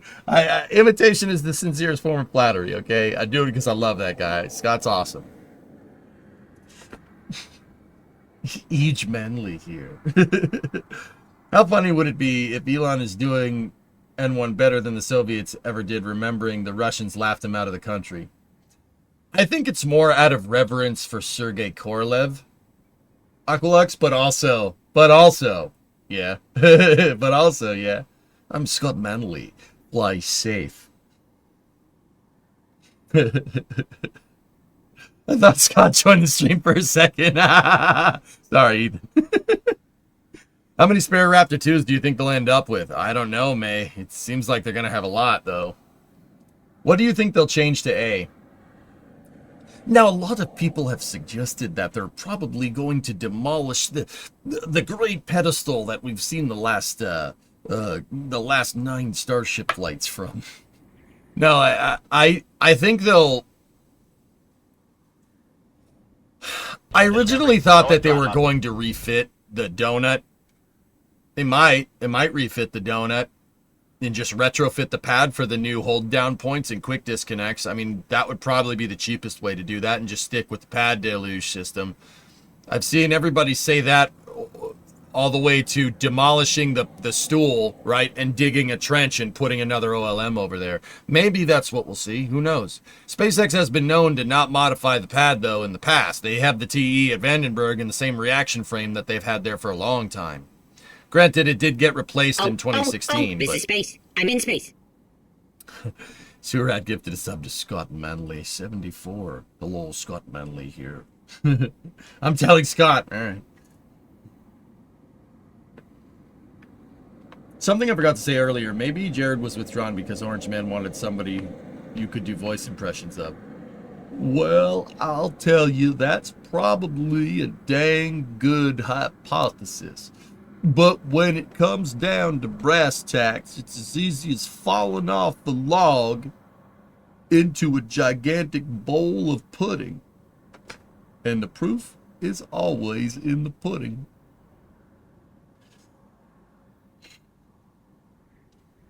What's more in character for SpaceX? Retrofitting what you have, Aqualex. That's what they did with Falcon 9. That's always been my argument. They could have scrapped that. This is space. I'm in space. They could have scrapped the Vandenberg pad, but they chose to not do that. So I think that's why they, in the name of getting the pad up working correctly, that they're going to just retrofit it. SpaceX needs more Starship pads. They need more Starship pads. The sooner they get Pad A up and running again, the better. And honestly, if that was the case, we would see another OLM for it somewhere. Don't you think they'd be building another OLM at Sanchez and Boca if they were going to refit the pad completely? Don't you think they'd just start making another one? We haven't seen that. See what I mean? You need the Zoidberg emote. No, I don't, my friend. Young lady, bring me a sandwich from the dumpster and leave the maggots on it.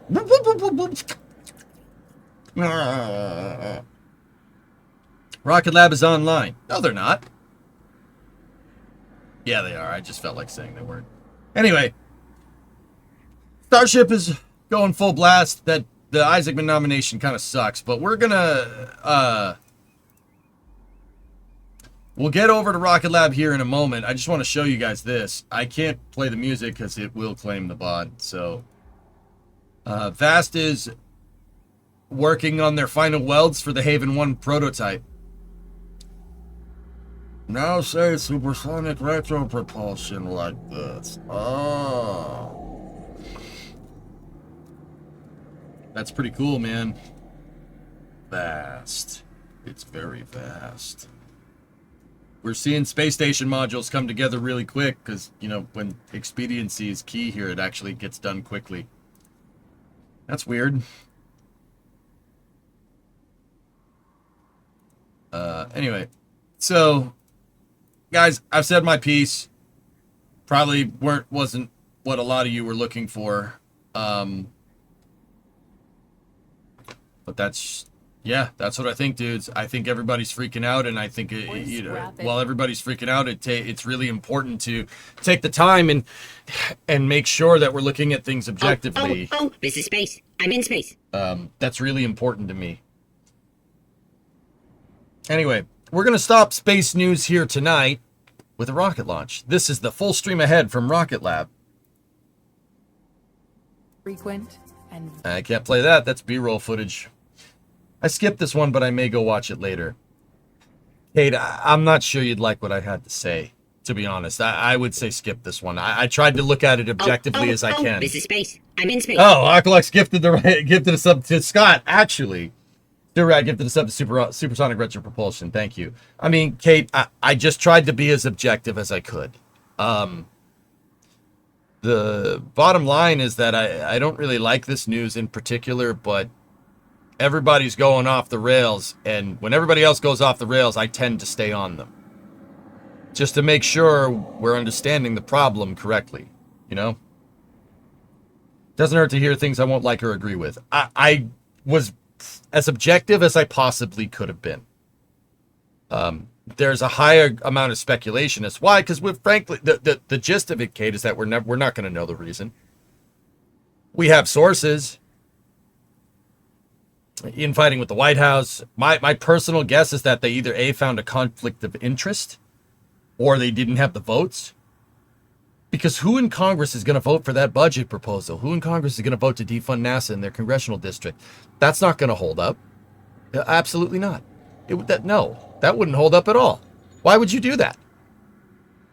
You may not have had the votes. It's possible. Or a conflict of interest. They did seem very, very particular. Ed Markey in the Senate Commerce, Justice, and Science thing seemed very particular about trying to find out exactly what Elon's role is in Isaacman being there. I would contend to say it's either they didn't have the votes, they actually found a conflict of interest, or there's infighting. I think it's one of those three. I don't know which one. We're probably never going to know. It's pretty crappy news. NASA's budget proposal will not hold up. We still have Starship, so it's okay. It's not as bad as everybody thinks. That's space news wrapped up in a nutshell. Let's watch this launch, baby. Now watch this launch. Now Long March 5.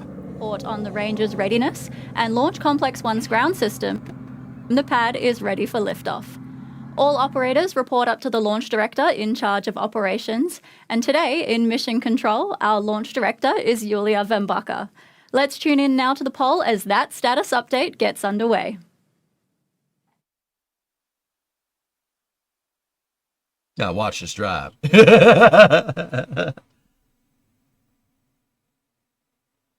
This is in New Zealand. This is the Mahia Peninsula, yes. And I do believe that this is their Rocket Lab's 65th mission. Yep. 65 Electron launches, baby. This is the 65th and to all mission. operators, LDL mission code. We are proceeding now with the go, no-go sequence. Stage. Stages go. Avionics. Avionics is go. GNC. GNC is go. Recon. Recon is go. T1. T1 is go. GC. GC is go. PLS. PLS is go. RSO. RSO is go. Chat. MET. MET is go. MM. That's right, Bat Let's Slop. go. Yep. And LD sub. LD sub is go. The go, no-go sequence is complete. We are currently T-minus 11 minutes and 24 seconds and counting. We are go for the terminal count auto sequence at T-minus 10 minutes. From this time, the freebird procedure is in effect.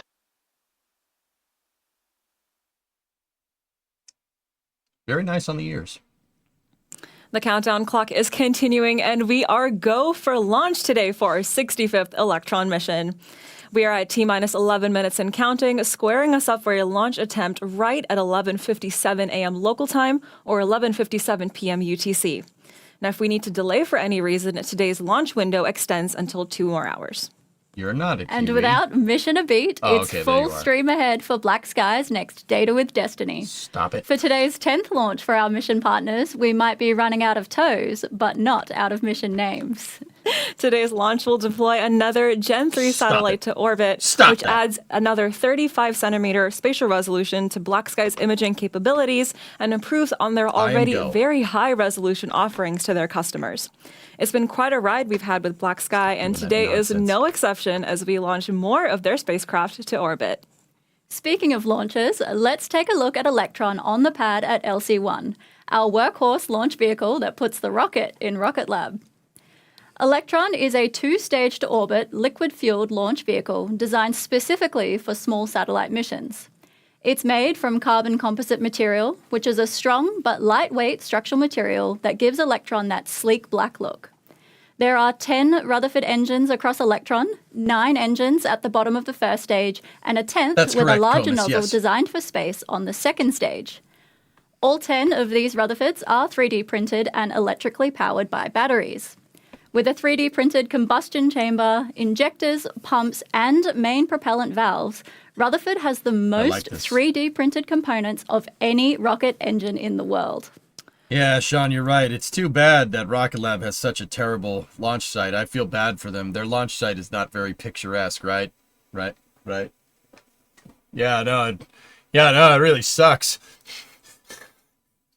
Thanks to its onboard Picking up your propulsion system sarcasm. called Curie, which has a miniature nozzle that's about the height Oh of a yeah, small no, it's coffee mug. hideous, right? Like, Curie is highly No, that maneuverable sucks. and can deliver satellites to their targeted position within single-digit kilometers, which is just incredible I've really followed Rocket accuracy Lab. What is their goal? within the vastness of space when you're moving at more than 28,000 kilometers an hour. it's 17,500 miles an hour, right? We don't do kilometers here, okay? But since you're in New Zealand, I'll let it slide. Anyway, oh, score, high def. So what's Rocket Lab? So Rocket Lab's another commercial launch provider, dude. They originally tried to get into the game by making small sat launchers, by making Electron a small sat launcher that was very easy to manufacture. And Electron is, for the most part, pretty dang good to manufacture. Rocket Lab, aside from SpaceX, dude, Rocket Lab is launched the most out of any commercial provider. This is their 65th mission. 7th mission this year. They're launching to the tune of once a month, which is pretty, like, we get spoiled by SpaceX. That's pretty damn impressive, dude. So Rocket Lab originally tried to make these Electron rockets that were very easy to make, low cost, easy to manufacture, fully expendable. And then they tried to reuse Electron by having it parachute down and picking it up with a helicopter. And that worked kind of good. They did end up reusing one of their first stage engines on a flight, which is actually pretty damn impressive. Only other person to do that is NASA and SpaceX. Only other people to do that, I should say. And New Shepard, if you count Blue. You can count Blue with New Shepard, technically, if you really want to. So they tried to do Electron reusability, and then they decided that they were going to roll out with their Neutron rocket. The Neutron rocket is their fully, partially reusable rocket. It is a rocket that's all made out of carbon, relatively easy to manufacture. It's made out of carbon fiber, carbon composite, just like that one is, just like Electron is. But Neutron will have a landable first stage. The cool thing about Neutron is that the payload fairing is attached to the first stage, right? And the second stage is hanging inside of a gigantic payload bay that's attached to the top of the first stage. So on Neutron, the first stage will launch with the payload fairing at the top. Payload fairing will just kind of open like this, shoot the second stage and payload out, close, and then the first stage will turn around and come back down and land. Pretty cool. Oh, speaking of the devil, there's the pad for it. And availability, there are... damn B-roll songs, dude. We can't listen. That's Neutron right there. See? It's a first stage with a payload bay and a payload fairing attached to the top. Dang it, no closed captioning available. So that's the new pad for Neutron that they're building in Virginia. That's Wallops Island, the Mid-Atlantic Regional Spaceport. They're building Neutron's new pad down there. What does electronically powered mean? Well, it's got electronic fuel injection. The Electron rocket has 9 Rutherford engines in the first stage. Rutherford engines have electronic fuel injection. They have EFI, meaning they have an electric fuel pump that is supplying liquid fuel in the form of kerosene, or RP1, and liquid oxidizer in the form of liquid oxygen, supplying the rocket engines with an electric motor. So there's an electric motor with 2 fluid impellers that are feeding the injector plate. It, by every measure, is electronic fuel injection. That's EFI. That's that rocket right there. Yeah, that's what makes it electric powered. Your electric motors are your fuel pump. Now, how do other rocket engines do fuel pumps then? If these are the only guys using electric, a jet engine. Yeah. Think a very, very, very, very, very, very sleek helicopter motor. Yeah. Other rockets use what's called turbo pumps. Okay. A turbo pump is a gas turbine, so it's a gas generator with a turbine blade, and that turbine blade is attached on a shaft to a fluid impeller, to a fuel pump. Yeah, they use jet engines, or well, kind of jet engines. It can't be it's not like a turbojet; it's a turbo pump. They use just a gas generator in the space of where the combustor and the compressor should be. The reason why is because your jet engine can't really intake any oxygen when you're 62 miles that way. So they use some liquid fuel and some oxidizer to feed the combustor on their turbo pump. On turbo pumps. That's like how a Merlin engine on Falcon would work. This thing doesn't do that. That thing, Electron, has electric motors and batteries. The cool thing is that with Electron, they jettison the batteries. They do a hot swap, especially on the second stage. Second stage is carrying batteries, and when one battery dies, they'll jettison it to make the vehicle less mass, to gain more delta V. It's actually super cool. So Raptor's twin turbo. Big Pooh, how Raptor works, if we're going to explain Raptor in car terms, it's a stage combustion cycle. So the stage combustion cycle is, think about, you have your turbo pump that's feeding your gas turbine, methane gas turbine and oxidizer gas turbine. Those are feeding 2 impellers that are pumping fuel. That's your methane and oxidizer fuel pumps. And then from there, they're going through what's called a pre-burner. Basically, to explain it in car terms, it's 2 fuel pumps that are attached to 2 carburetors. and the carburetors have nitrous, right? And they atomize your liquid fuel in very fuel-rich mixture, and they atomize your oxidizer in a very oxidizer-rich mixture. And then those carburetors go into a power head, and that goes into Raptor, and the highly fuel-rich atomized mixture hits the highly oxidizer-rich atomized mixture. They hit each other. They shoot more fuel and more oxidizer into it, and then it explodes. Then they shoot that out the bottom. That's why Raptor is so powerful. It's a stage combustion. They're shooting gases at each other, not liquids. It's better. It's easier to get atomization that way. Because if we're going to explain it in car terms, gasoline doesn't light on fire. Gasoline fumes light on fire after it's been atomized with the atmosphere. The fumes are what's flammable, not the actual liquid. Liquid is not flammable. Don't get me wrong, the liquid emanates fumes, so don't go throwing a match into a gas tank. That won't end well. But yeah, that's how a Raptor engine works. This thing has its 2 fluid impellers, and the 2 fluid impellers are attached to a giant injector plate, which is basically a huge plate with a bunch of fuel injectors on it. It's not like a bunch of fuel injectors like from a car. It hits the injector plate, and the injector plate kind of looks like a shower head, but it's a shower head that shoots shower head. Nice. It's a shower head that shoots liquid oxidizer and liquid fuel into the combustion chamber, gets them to atomize on discharge from the plate, and gets the explosion happening. You'll see that in about 2 minutes. Legit question, does the hot swap jettison of the battery really make enough difference, or is it just to be fancy? Are batteries heavy, Geek? When's the last time you put a battery in a car? Yeah, of course it makes a difference, dude. Especially on your second stage. Mass fraction on your second stage is superbly important.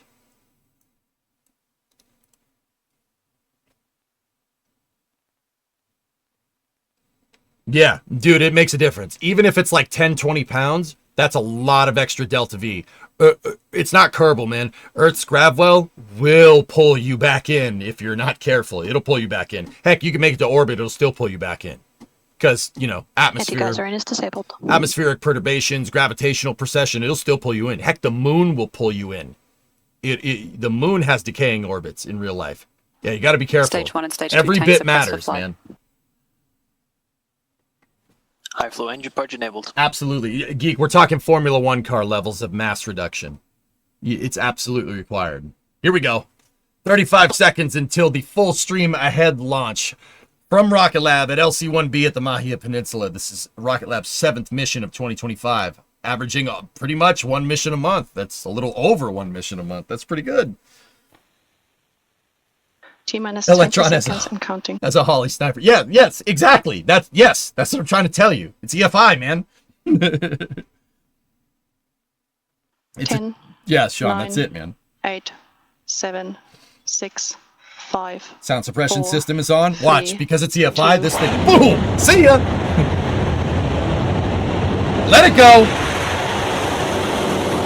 This thing's turned on real quick, right? Dude, the drone shot, man, the drone shot, yes. That's sick. Drone shots, so hot right now. Getting metro. Drone shots. It's pretty good, man.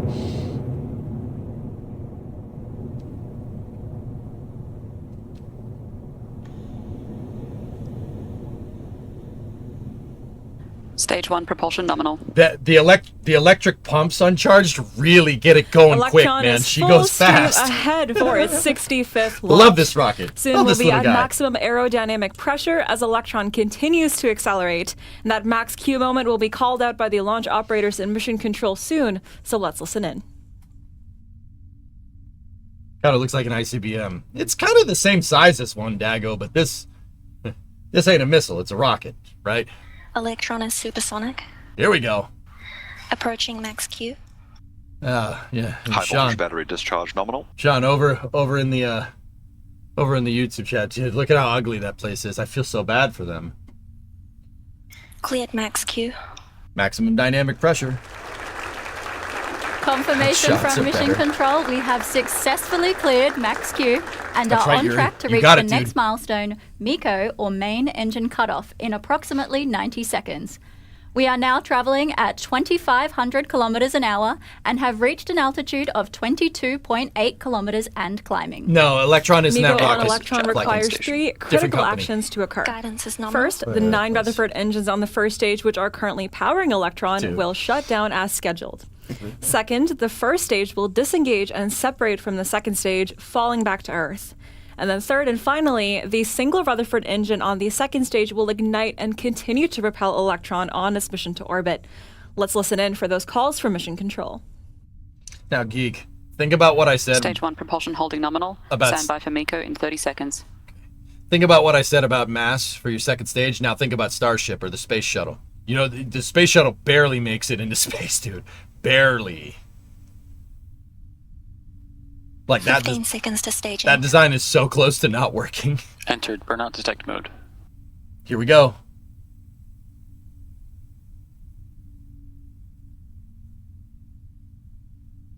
The clock is about 10 seconds behind from what I can tell. MECO confirmed. There it is.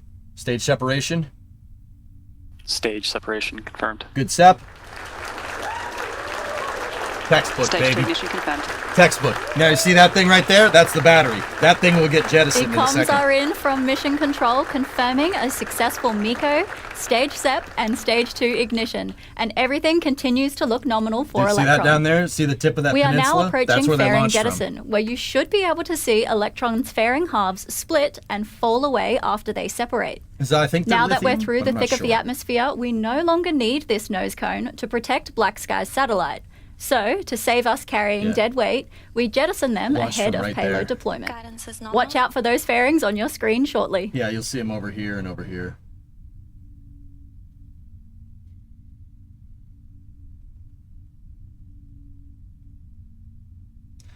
Fairing separation confirmed. There it is. That's the satellite right there. Lots of There billet. go the fairing halves, and from this view we can get a Stage 2 good look at propulsion Black nominal. Sky's Gen 3 satellite HVB integrated discharge onto the nominal. kick stage, exposed now to the conditions of space. Looks like the Black Hey, Sky that's my team line. wrote a welcome to space message on their satellite as well. We are now reaching a velocity of over That's a hi, 8,800 Mom. kilometers an hour, passing through 138 kilometers in That's altitude. awesome.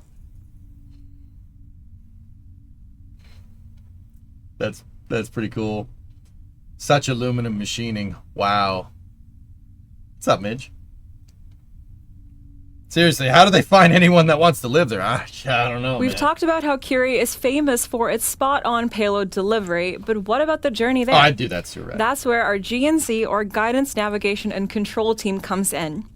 The GNC system on board Electron processes a continuous stream of sensor data about the rocket's attitude or orientation, its altitude, and a whole bunch of other things right to the flight computer, which checks how far off we are from the planned flight path and makes tiny adjustments via the Rutherford nozzle positions and the Stage 2 reaction control thrusters. Stage 2 propulsion holding nominal.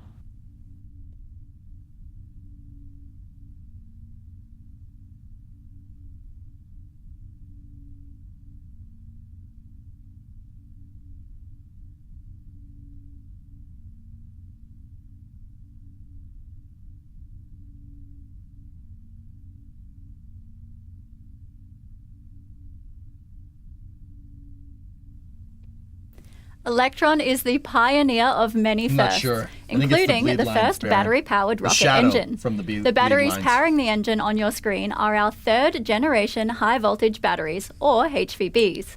The batteries were redesigned from the ground up, including new cells, internal and external structures, and internal logic, but have been made to be a fit-in replacement for the previous high-voltage batteries. Ground stations are Much doing like it right a lot now, of Brains. Electron, the Guidance external is structure nominal, is 200 carbon seconds composite remaining. and keeps the batteries pressurized because of the high voltage inside. The batteries also have better performance, meaning we now need fewer on stage 1.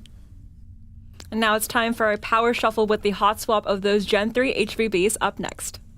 Yeah, watch. This thing will get yeeted off. There's another one on the opposite side. Throttling down. HVB discharge holding nominal, approaching hot swap in roughly 30 seconds.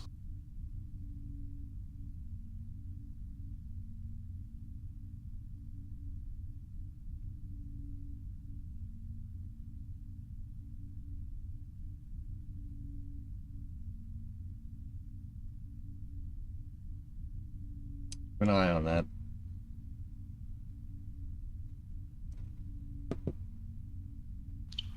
swap successful. Bye-bye. Battery jettison confirmed. They'll burn up.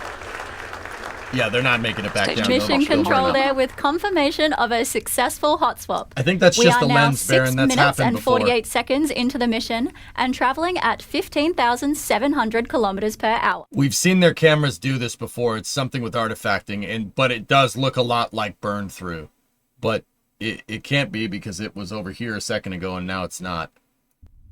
I mean, if we were getting some type of burn through, you'd get a huge performance loss, and you'd see the trajectory line. Oh, she's lofted. Dude, props to Rocket Lab for putting the telemetry up. Ooh, that's a lofted trajectory. But the terminal guidance system is compensating for it. So watch over there on the right. What I'm trying to tell you is that the dotted line is where the rocket is. The red line is where it needs to be.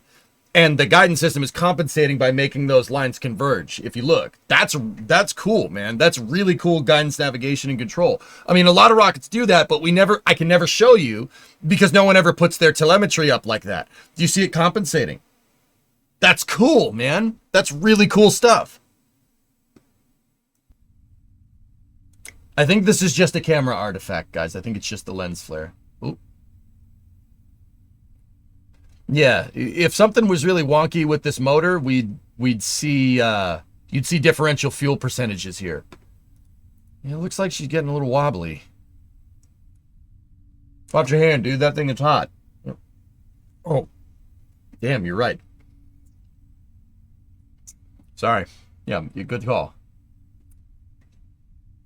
Is LOX supposed to go down faster than kerosene? I think their percentages are adjusted for fuel feed rates. Check for the mission. We are now reaching 23,000 kilometers per hour with an altitude of 205 kilometers and climbing. That means we're nearing the end Mom. of Hi, the Dad. second stage's That's awesome. journey with second engine cutoff on the horizon.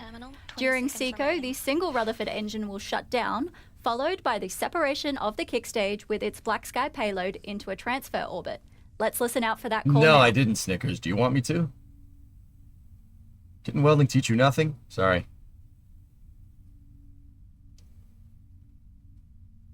Yeah, it was just camera artifacting. There's SECO. SECO confirmed.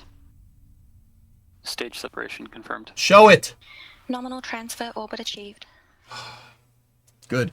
27,468 at 203. Mission Control has just announced yet another flawless SECO and confirmation that the kick stage has successfully separated and has entered its coast phase around Earth. That was the most energy-consuming That's part their of our third launch stage, over with, Fleiken. but we're not done yet. The coast phase will last approximately 40 more minutes or so before the kick stage gets ready to light up its Curie engine and change its trajectory to a circular orbit at 470 kilometers above Earth. For now, we're going to take a quick break while the Curie engine travels around to the other side of the globe. For the next 40 minutes or so, you can track the mission's progress around Earth with this tracking animation. After we return, we'll run you through a little more detail on the innovative Curie engine and its payload deployment for Black Sky's Gen 3 satellite. We'll see you back here shortly. Oh, this is space. I'm in space. Lego gifted a sub to Cub fan 135. Galactic Surfer had a 46-month resub. Thank you very much. Oh, yeah. Actually, if it's Timmy's music, we'll be all right. Yeah, Rocket Lab plays Tim Dodd's music. If it's Timmy's music, we're fine. That's good. That's fair. You can see the full camera on Curie here, also the full payload. Oh, yeah, they did post this a second ago, didn't they? Oh, yeah, there's that camera, and there's the hi mom, hi dad thing right there. Curie is this white thing. This white piece right here. That was on top of the second stage. That camera, we wouldn't have seen a good separation anyway. That camera is on the third stage. Curie is basically a payload attachment fitting that Rocket Lab decided they wanted to be an upper stage for their rocket. Yeah. Payload attachment fitting is usually an adapter that adapts the second stage mount to the payload, right? And it also encapsulates the payload fairing. Rocket Lab said, oh, let's make that a third stage. So they did. Yeah, they just put rocket engines on their PAF. It's a little more complicated than that, but that's the gist of it.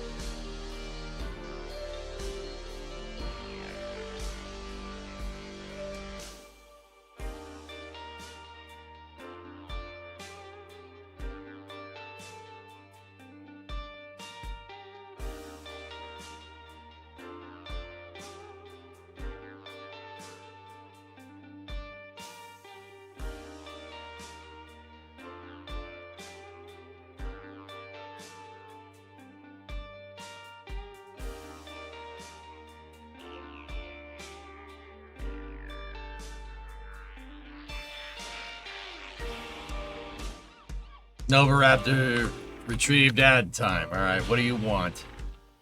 I rolled 17, Nova Raptor. Let's see what you got.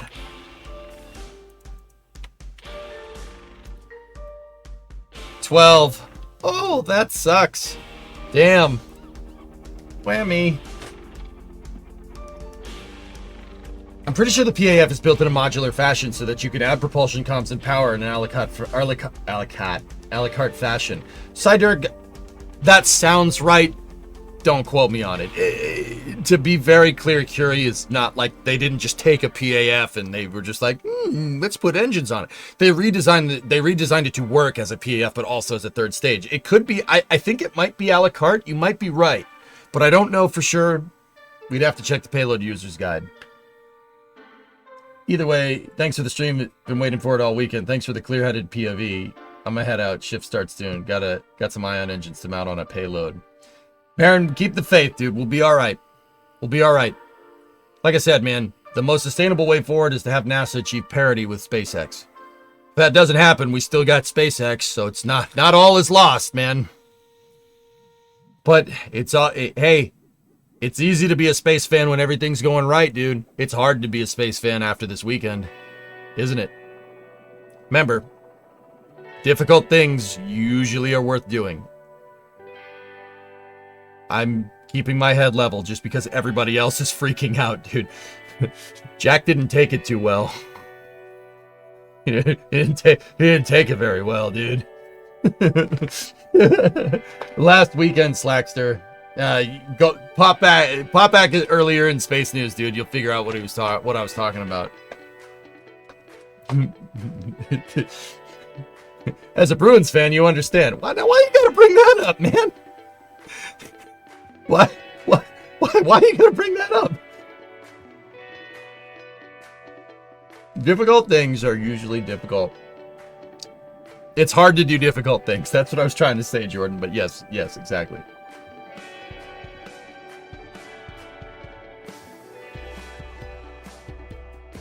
Don't worry, you're a Texans fan, so I get you. Yeah, okay.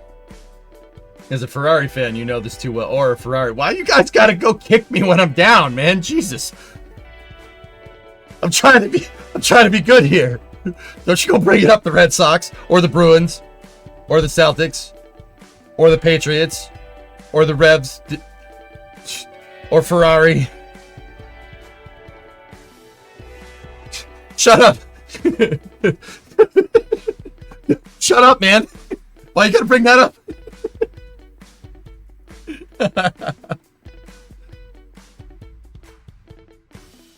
Looking forward to Flame Trench? Right on, man. Rip Boston sports team. The Patriots... So, I'm not going to say the Patriots are going to do good this year. What I will say is that the Patriots might not suck this year. Is that fair? The Red Sox are... They're doing something. I'm not sure if it's called winning baseball games, but they're doing something. Circling back to my question, the rocket that could fit in the Connex box. Yeah, everybody that it's tried to do that has either gone bankrupt or pivoted, Flykin, so that question it's not really applicable anymore. I heard EJ getting roasted from my TV and logged in to say my condolences for being a Bruins fan. Man, frick you, Ivo. Came out alert just to kick me in the face. No, you could be a Tigers fan. Hey, the Tigers are doing good right now, dude. It's that manager.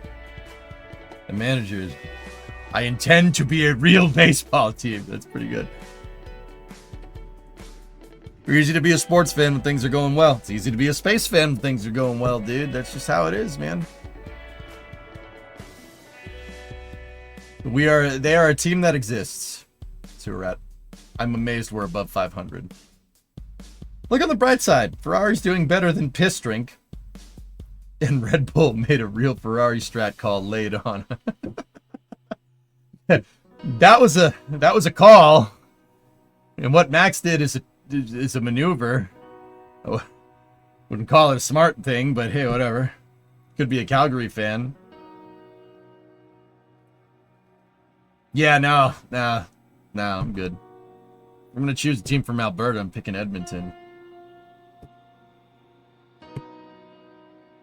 That and I like Winnipeg too. Not that they're playing right now. I like Winnipeg because their logo has an F-16 on it. Well, it's a CF-16, but whatever. Whatever. That's still cool. It's an airplane. I like those.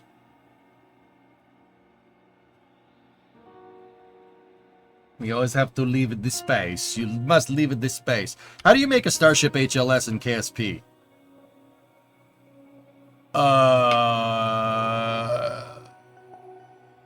Yeah, I would start with scaling it, Andy. So, I would get the dimensions for HLS, and then I would do 2/3 scale, and that'll get you Kerbal scale. Kerbal, like, you think of the average person is 1.5 meters.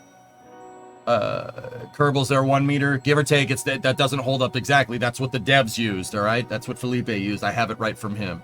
So 60% scale would be your running scale for making a scale akin HLS in terms of performance and everything. Should be good.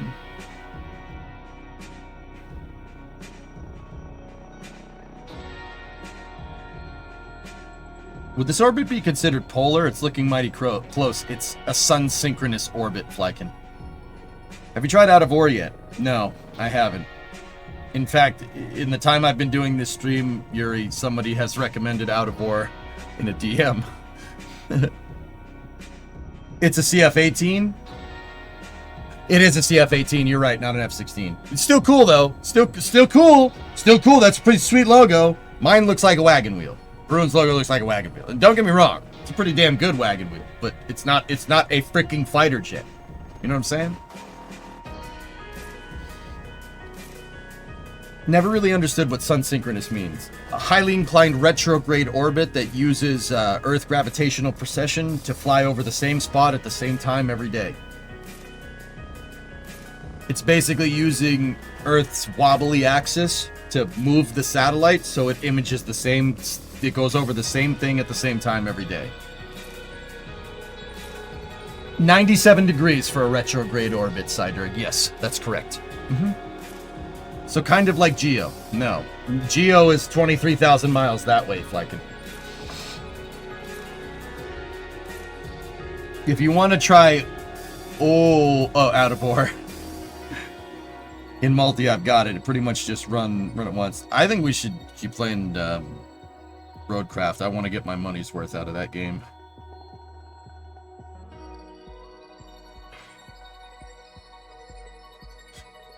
Holy crap. Brian, there's a message in my alphabet cereal. It says, oh. Peter, those are Cheerios. Oh, crap. Roadcraft after hours, then? Alright.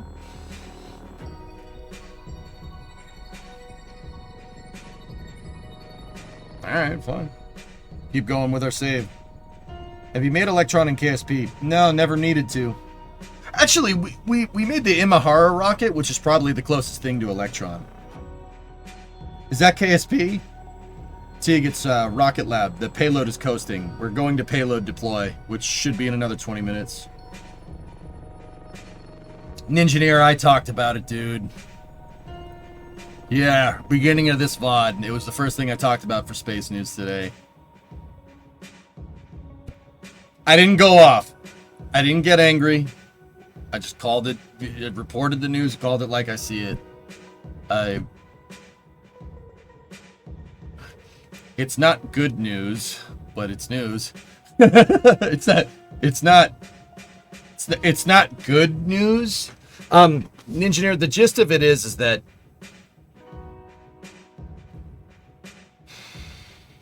a lot of people say it's been infighting with Isaac Mindude, right? A lot of people say it's infighting. In the White House, a lot of people say people did it to get revenge on Elon Musk, which I don't know. That I'm not sold on that. I mean, maybe it's possible. I'm not sold on it though. The reason why I'm not sold on it though is because you remove Isaacman, you remove Isaacman to punish Elon Musk. Why? Well, okay, you know, it's an easy target. You're getting rid of Elon, you're getting rid of it because you want to stick it to Elon. The guy that's worth $419 billion and quite actually has its own space program that in the next 5 years will eclipse NASA's own capability. Oh yeah, you really stuck it to him, didn't you, pal?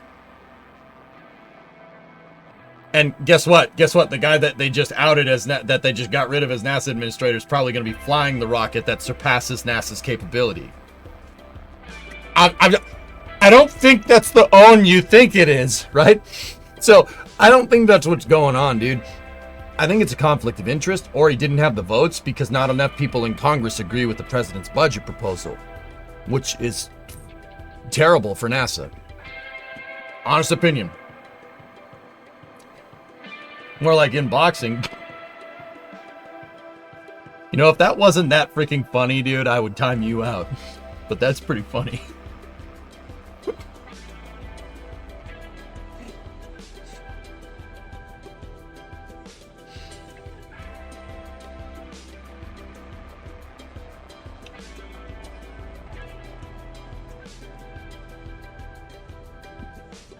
So, Spartan, I think a much more objective thing would be to suggest that, you know, in the Commerce, Justice, and Science Committee meeting, the people that voted no were all worried about a conflict of interest with Elon Musk.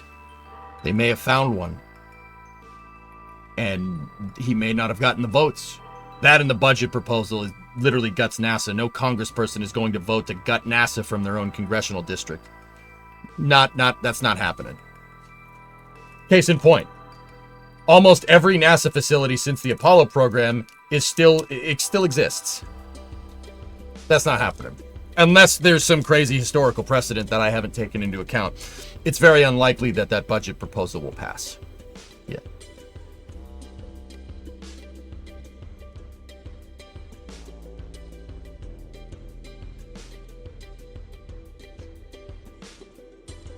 Impotence has never stopped people from being petty in the past, nor will it do so in the future.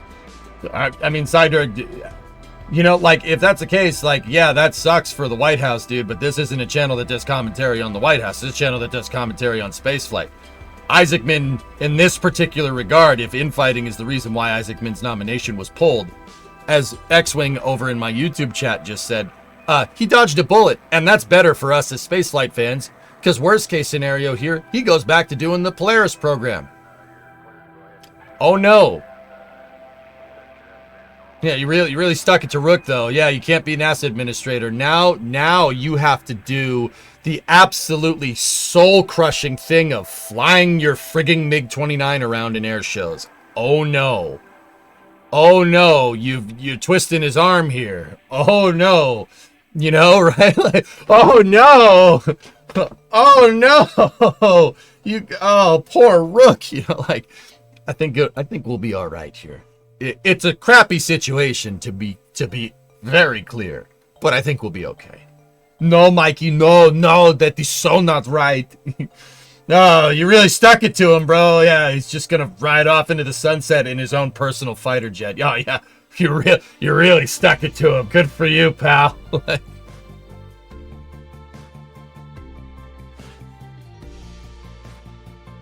Oh no! Anyway, he's gonna lose so much sleep. I know, right? Ah, it's terrible. Oh no! No, Mr. Congress. Yeah, don't throw me back into my MiG. Are you sorry? No, Congress, no. Like, all right, okay. And it took me a long time to get through, like, Space Twitter freaking out about this, which is why I didn't say anything over the weekend except to confirm that Rook was not there anymore. That was the only thing I was like, oh yeah, we should probably report that. But I held my tongue to gather my thoughts. You know, some people did not take this news very well. A lot of my colleagues did not take this news very, very well. Not that I'm taking it well, but I'm trying to be the voice of reason here. He's gonna go cry in his hangar surrounded by the largest private air force, right? Exactly, dude. I don't think this is that big of a deal, man. The people I worry about is the NASA employees' collective knowledge we will let leave. No doubt, Wisp. I've warned about that many times, dude. Absolutely. I don't think that budget proposal will fly. It won't. I really don't think so. I will be the first to tell you that I'm wrong. If that budget proposal goes through, I will be amazed. Man, I will be freaking amazed. You have to comfort Jack on Friday. Jack did not take that very, very well. Yeah. Yeah, I should probably reach out. I'm worried about the loss of institutional knowledge. Guys, this is going to sound so screwed up. The time to worry about NASA losing institutional knowledge is 15 years ago, when, like, a good chunk of it went out the door into the aether because they canceled Constellation and shuttle program. You know how much that screwed science missions in the long run? Not only that, but if there's no human exploration operations program, if there's no human exploration program that these science missions are supposed to be corroborating science for, that makes the science missions extremely easy targets to pick off if they're not performing very well. Simultaneously, if the Human Exploration Operations Mission Directorate program is not performing satisfactorily, people will cancel science missions because of underperformance. Viper. Gotta be careful with this stuff, dude.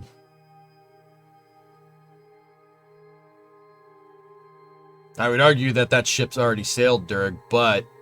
And that's... I don't think anybody wants to admit that, man. Now, you're very much right to be sure that we will lose whatever institutional knowledge NASA has left, but...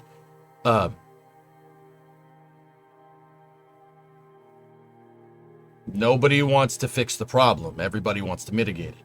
And as much as I love commercial programs, and that's been our saving grace here, dude, I would be in a mental asylum if we didn't have SpaceX right now. This would be a catastrophically bad thing for NASA, and it is, right?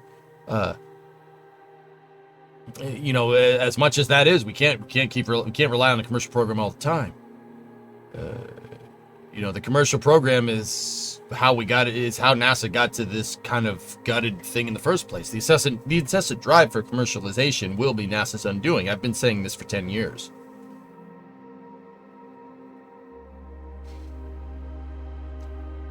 We can take solace in the fact that something like Starship exists, because I have a personal theory, and I guess I should have probably said this, but I have a personal theory that because SpaceX exists and NASA programs aren't just being thrown into the void, because SpaceX exists, this will provide some justification for NASA to exist as well, as backwards as that sounds.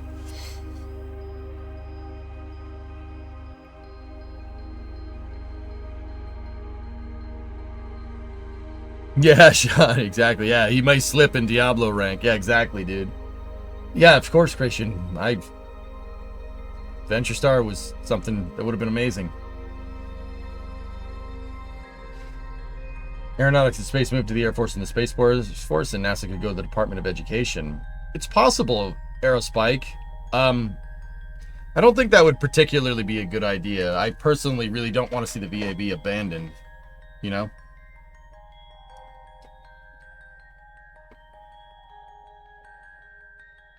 We've been fighting this garbage since 1969. That's correct. And Hellfish, it's insane to me that no one has been able to call it like it is. Everybody says that, oh, NASA's broken, NASA's broken, NASA's broken. And for the longest time, the solution to that problem is, well, commercialize everything. Well, commercialize everything. Not really understanding that if you tip the scales too far in one direction, NASA will become fodder to basically shut down due to lack of performance. That doesn't inherently fix anything. That just commercializes our space program, and now we're beholden to Elon Musk to go to the space station. Don't get me wrong, I don't particularly mind SpaceX, right? But now you're beholden to them to go to the space station. If you're beholden, NASA, with their current program, the way it is, they're beholden to them to go to the surface of the moon. I don't think that's wise for NASA to be beholden to a corporation to get to a certain place. I don't think that's smart. And like I said, no one's willing to call it like it is. The problem is that NASA really doesn't have any underlying goals and is completely inept. It's just a bunch of people fighting for table scraps for funding because no one has had an overarching goal. Nobody's had the stones to do what President Kennedy decided to do 60 years ago. Actually, it would have been 58, but, well, now 60, it would be the other way. It's 62 years ago. Could be worse. It could be beholden to Russia. Sure, of course. It's been broken since your coronet was built. I know.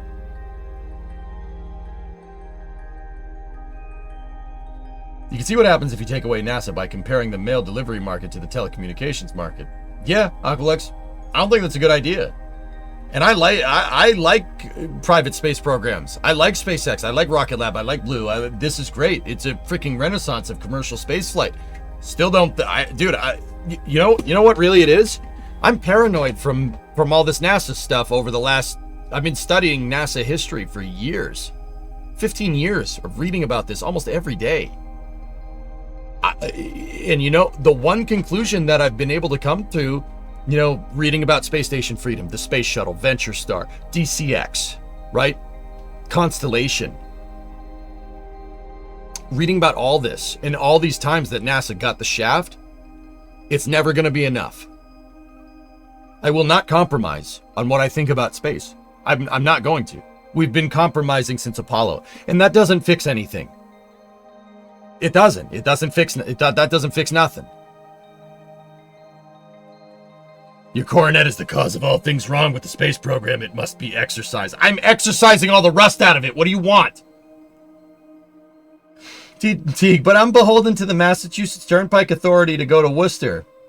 Hopefully you're not going from inside of 128, dude, because it's down to one lane because of the construction. I had to drive through that nonsense yesterday.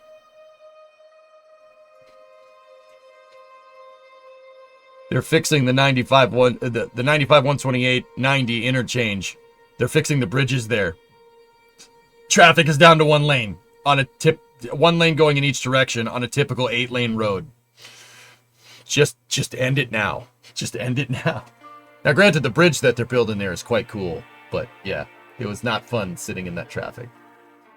But then again, there was an A-Team van that I was cruising next to that I gave the horns, and yeah, pretty awesome. Wasn't the Big Dig supposed to fix all this? The Big Dig was a step in the right direction, Sewer Rat, but the big problem with Boston is that we have no inner beltway. There's no inner beltway. 8 lanes, just one more lane, bro. The Mass Pike is I-90 in Yenix. That's a federal road. Federal roads are usually huge. When you get into metropolitan areas, they're usually big. And that's what I mean, guys. What is the Big Dig, Will? Oh, it was a major infrastructure and construction project in Boston in the 90s, from the 90s into the 2000s to redo some of the inner city highways to alleviate congestion. It pretty much worked. If alleviating congestion is just taking the congestion and putting it underground where you can't see it.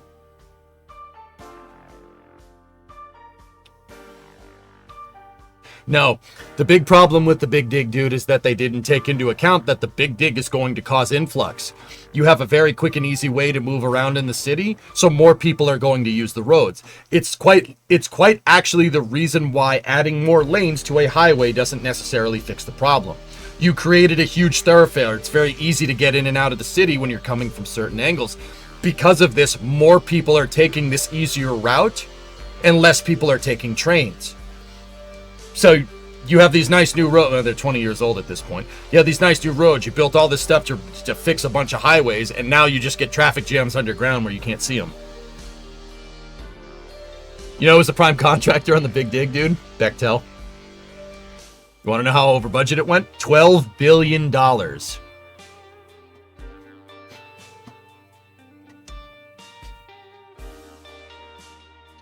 Source, my uncle worked on it. Not for Bechtel. Yeah. You know the uncle that helped us use the backhoe to pull the bed off of Ernok's truck? Oh yeah, he worked on that. He worked on the Big Dig.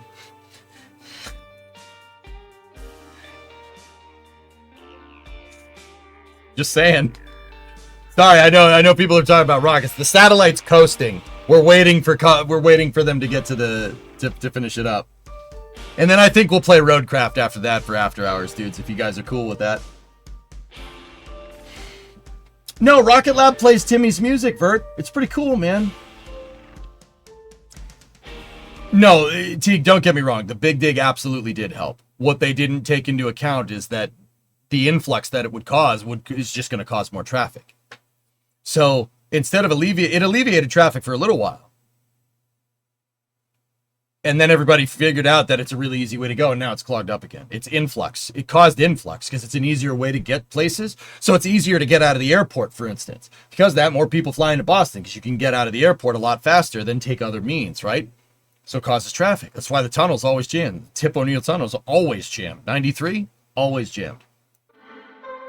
Believe me, I've studied this. If you don't know me, guys, I'm a huge loser. I like reading about this stuff. Like, this is my favorite thing to read about. That and space flight infrastructure, obviously.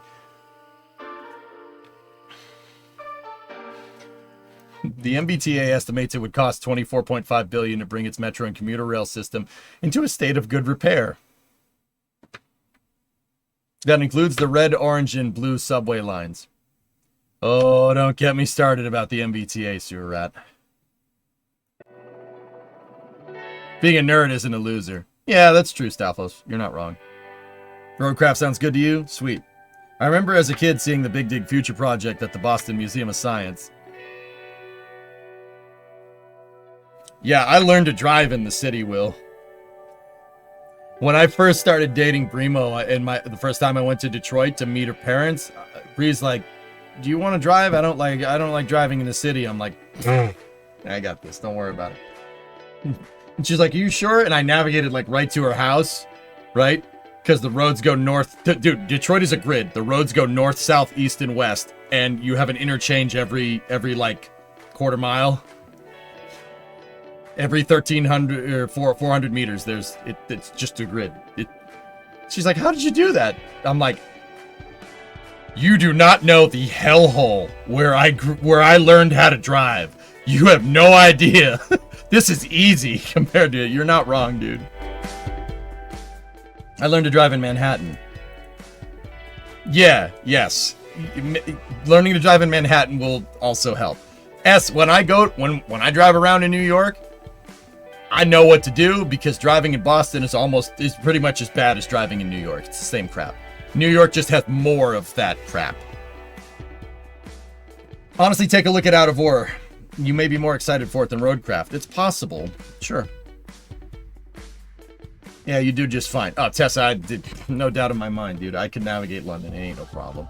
I could drive around. It would take me a second to remap my brain for opposite sides of the road. I know because when I went to Japan, it took me a second to remap everything, and then like after a day, my brain just went, and I was like, oh yeah, other side of the road. Got it.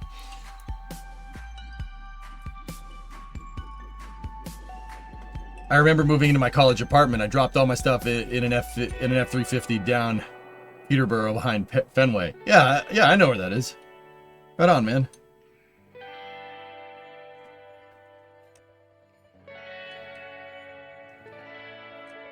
Tell us about the wonders of the MBTA. The reason why it would be so expensive, Sewer Rat, to refit the MBTA is because the red, orange, green, and blue lines and the purple line, the commuter rail that's operated by Keolis, all use different consists.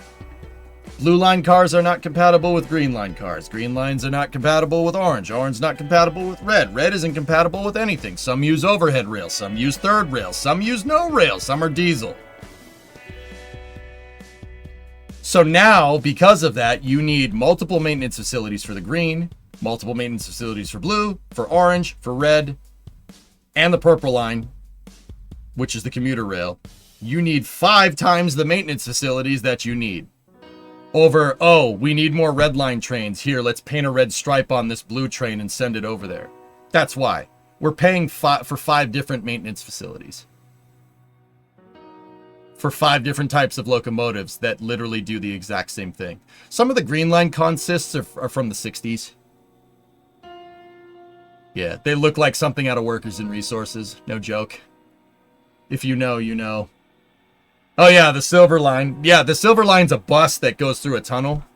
Yeah, the SL2 and SL1 Silver Line's real. Good call. So what would it take to scrap 4 types and settle on 1?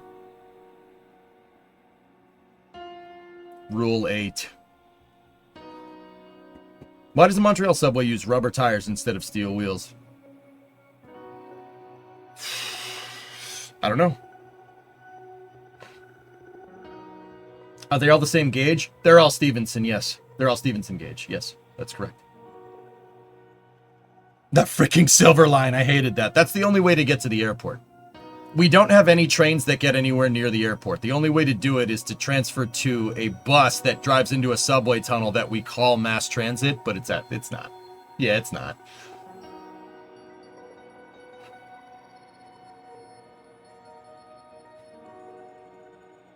So question, if I come to visit, would it be possible to take a train from the airport to your house? And if so, would it be faster than you driving to and from the airport? No, it would not be faster, Geek. You could get relatively close. You'd have to take the Hingham Greenbush line on the commuter rail, so you'd need to get to Subway Station, or you'd need to get to South Station. So you'd need to take the Silver Line to South Station, or the Silver Line to the Red Line to South Station. Make sure you time it right, because South Station is the commuter rail. That's not mass transit. That runs on a time scale. And then you'd have to get on the train that goes through Hingham down to Greenbush and Situate, which is still a good ways north of me. Although you could take the Plymouth line. The Plymouth line is near my house. Everybody knows I live in Plymouth, guys. Don't worry about that. At this point, everyone knows. Yeah, Surat, don't worry about it. Stop triggering you. Sorry, Will. Yeah, Geek, if you timed it right and were able to get off the subway and walk right onto a commuter rail train and get out, it'd probably take about an hour and a half. The car takes 30 minutes. 45 minutes, 45 to an hour, if there's the worst traffic around. So no, taking the train is a complete waste of time. But if you like trains, it's cool.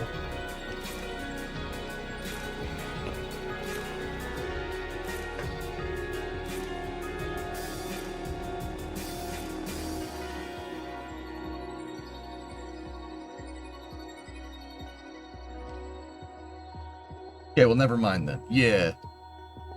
I'll show you the next time you're out here, dude, if you want to see. We should be coming into a ground station here momentarily. See those two blue dots up there? Those are your ground stations. It looks like they got one in the... What are those islands out there? Canaries? And it looks like they got one in Madrid, which... Yeah. Azores. That's right. Canaries are over there, right? I always get them confused, dudes. And I'm a geography nerd. Dude, that always messes with my head.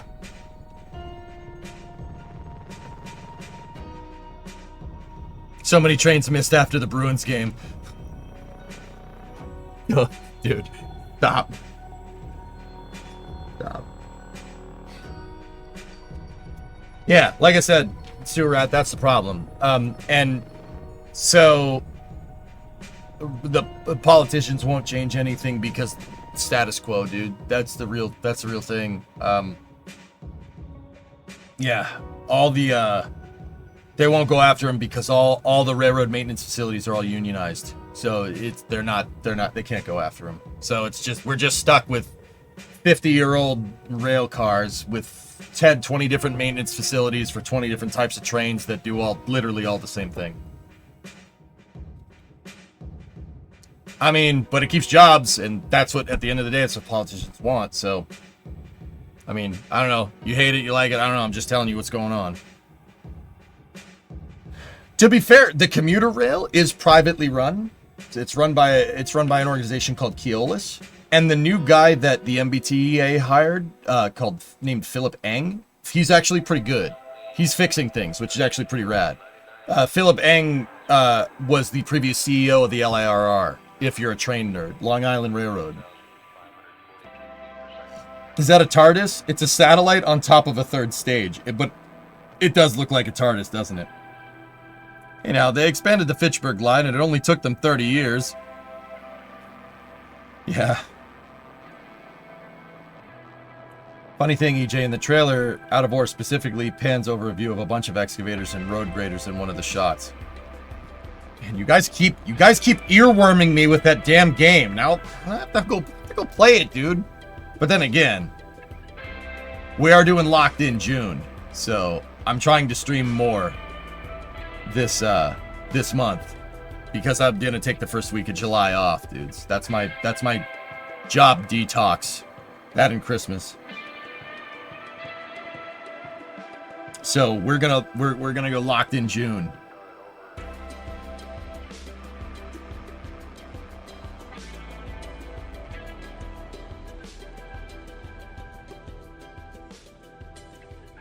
They actually dig. Oh. Discovery, go at throttle up. Welcome back Ah, to here our we go. full stream ahead mission for Black Sky on Electron's 65th Nice. launch. Today's mission soared into the skies at 11:57 local time from Launch Complex 1, Pad B, just 47 minutes ago. Electron breezed through all of the usual launch milestones like max Q, MECO and stage separation, battery hot swap, and then SECO and kick stage separation from the second stage, placing the kick stage and its payload into an elliptical transfer orbit of Earth. The team in Mission Control are eagerly waiting the next milestone, which is Curie engine ignition. We've got a burn of just under 3 minutes today, and then 45 seconds later, we'll have Curie shutdown and then payload deployment of Black Sky's Gen 3 satellite. Ignition should be coming up in just a few moments, so let's throw it over to Mission Control and listen for them.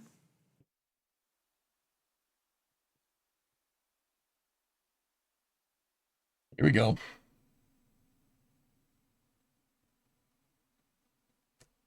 Something's going on over there. Curie ignition confirmed. Confirmation from our operator there, successful Curie engine ignition. Now, the Curie burn duration is always an approximation, and that's because Electron is basically running itself. From T minus 2 minutes all the way up to payload deployment, the rocket is flying autonomously. Our extremely talented team programmed the flight computer to deploy the payload exactly where it needs to be. They'll work their way through making sure we have enough propellant at the various stages of flight, including the Curie burn. Running Monte Carlo simulations gives us various outcomes based on the parameters we set, but these are just simulations. Curie cutoff happens precisely when it needs to, which today is approximately 51 minutes and 29 seconds after launch. Like Hannah said, the kick stage knows exactly where it needs to go and exactly how it needs to get there, and it's all up to the computer to make decisions based on the parameters we set. While today Curie will demonstrate our pinpoint accurate payload deployment record, it's been a very busy engine recently, proving out our spot-on re-entry missions with our Pioneer spacecraft, providing a perfect round trip to space. It was our second developed engine, also 3D printed like the Rutherford, and it joins our full lineup of 3D printed engines along with the new... I'm turning them down. Something's going on. People don't usually stand up and put their hands on their face in mission control, nor do if you see a bunch of people crowding around a computer, something weird's going on. We got another person putting their hands on their face right there. Over there, over there, over there. That guy doesn't look particularly happy. Something weird's going on here, dudes. Got a bunch of people crowding around a console, something weird happened.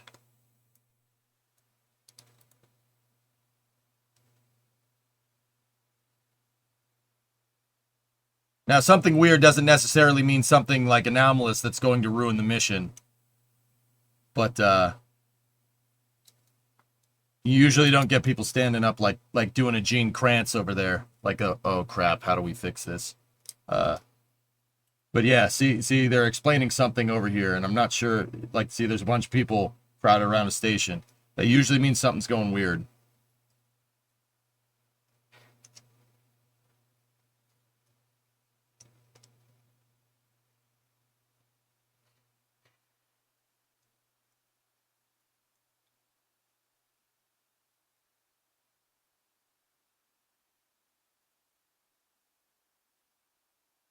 See what I mean? Curie cutoff confirmed. Nominal final orbit achieved. There we go. Confirmation from Mission Control. Shutdown of the Curie engine means the payload deployment is up next. In around 30 seconds, we'll deploy the next Gen 3 satellite as part of Black Sky's Earth observation constellation. People don't look happy. Just saying.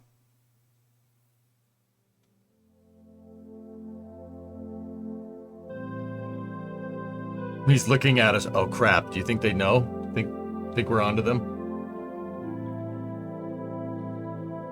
Did he wait? What did he look at us? Shutdown of the Curie engine means the payload deployment is up next. In about 30 seconds, we'll deploy the next Gen 3 satellite as part of Black Sky's deployment confirmed. Welcome back to space to Black Sky, and all the best with commissioning your next Gen 3 satellite in the coming days. That's our 10th mission complete now for Black Sky, and 2 for 2 on Electron launches for the constellation this year, though certainly not the last. A huge congratulations to both the Black Sky and Rocket Lab teams for making this achievement possible. Hot on the heels of our previous launch just over 2 weeks ago, we promise there's plenty more to come. Stay tuned to our social channels to find out when and who will be launching next. But until next time, this is Rocket Lab Mission Control, signing off. I'm not convinced everything went as smoothly as they're saying it did. Dude, they all looked up at the camera and went, you know. They never showed the deploy, Vin. They never show that. They always show the computer graphic.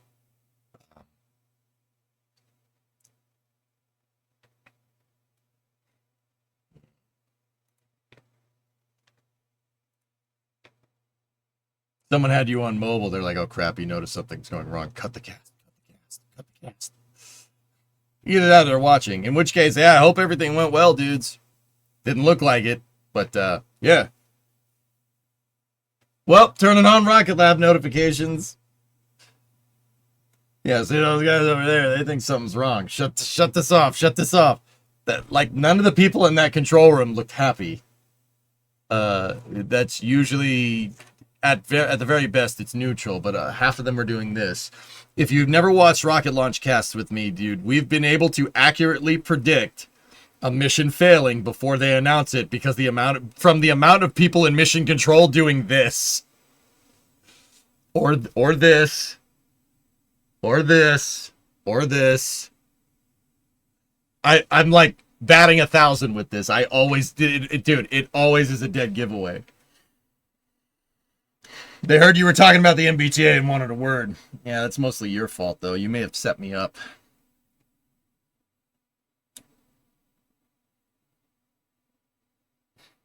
Silly question, but what is this community leaderboard thing? Dan, I have no idea, dude. That just showed up one day. I have no idea what that is.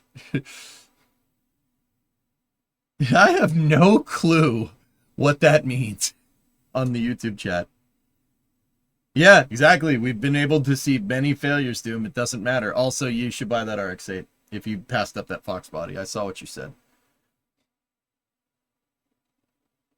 Did you catch Firefly's new video of the Blue Ghost landing? I think that would be a good thing to cap space news on, shall we?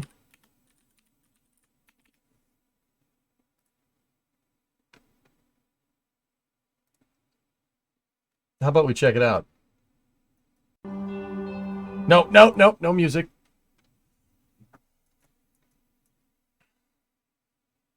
Dude.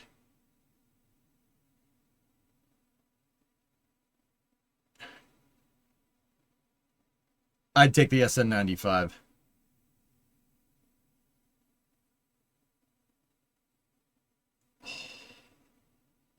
It's pretty sick. Absolute cinema. This is footage from the Blue Ghost 1 mission, Ghost Riders in the Sky. Firefly posted some high-def footage of it, and man, is it cool.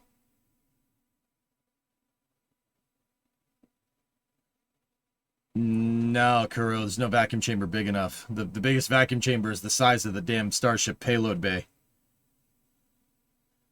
Oh, man. Greatest mission ever accomplished? Dude, Firefly really just came out of the woodwork and like, yeah, of course we're going to land this on the moon. Why wouldn't we? What, is it going to fail? No, it's not going to fail. It's going to land. It's like, sure, you never done that before. And they're like, yeah, don't worry about that. We got it. When's the next moon landing? The Hakuto RM2 mission from iSpace is the next thing to land on the moon. SN95, Doom. If something breaks, it's easier to fix. Just saying. You blow the engine on an SN95, motors are a dime a dozen. You blow the 3-rotor, Or it's a 3-rotor on the RX-8. You blow that, good luck finding parts. Expensive. Oh my goodness. A little bit of drift. A little bit of drift. Smooth it out. Look at the regolith propagation. God dang, that's cool.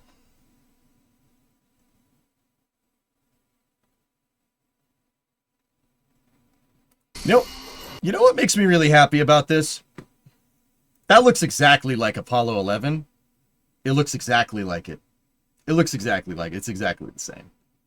Yeah. So, you know, Moonhoax people in shambles right now. Neil did it by hand. Phantom Man, can you believe that? Melon Farmer was playing Kerbal before Kerbal, manually taking down a rover or lander. You got to be kidding me. It looks exactly. The propagation, the lighting, the displacement of regolith, it looks exactly the same. So suck on that, moon deniers. How you like that? So why don't you suck on that? Don't worry, they'll come up with a reason. It's fine. It's fine. But dude, that's awesome, man. Really good footage. Really good stuff. Oh, also regarding Firefly, see the first tweet though. The perfect thing to end on is this. No. You missed the part where I just said the Firefly thing is the perfect thing to land on. Some of you get a perfect thing to end on. Some of you didn't get that memo.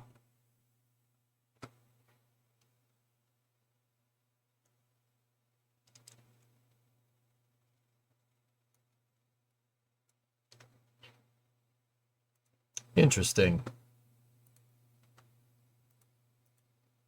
Cash me outside. How about that? Bruh. Bruh.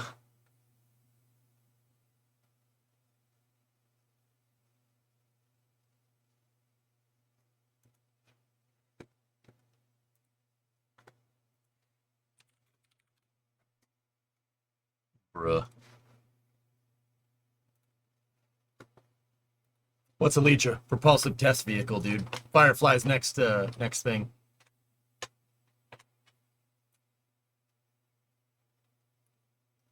Unfortunately, the V6 Mustang was junk up to 2011. Yeah, but it's a good vehicle to learn on if your kids are driving it, Doom.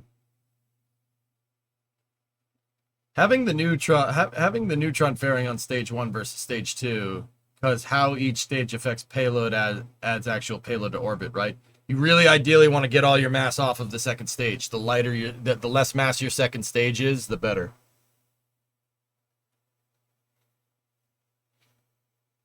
Should NASA be the company to build the HLS Starship for SpaceX to launch to the moon? No. NASA should build their own lander. If I had my way, they would build another LEM. People are going to sit there, well, you do this 50-year-old technology. Obviously, they'd build it with new technology. Just build a modernized version of one. People are going to look, you need a Saturn V for this. So build that too. You're telling me you can't do that? That's hilarious. That's hilarious. Okay, fine. Put a better upper stage on SLS and do it that way.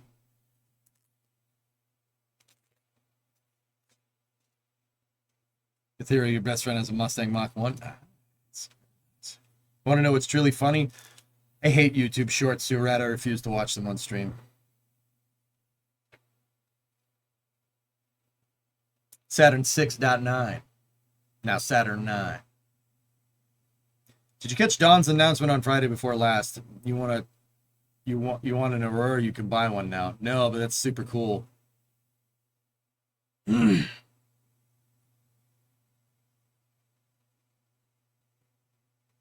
Just waiting on you. All right, guys. That's going to do it for Space News. I'm going to take a quick break to just change the titles and everything here. And we're going to play... Careful, your boomer is showing. How so?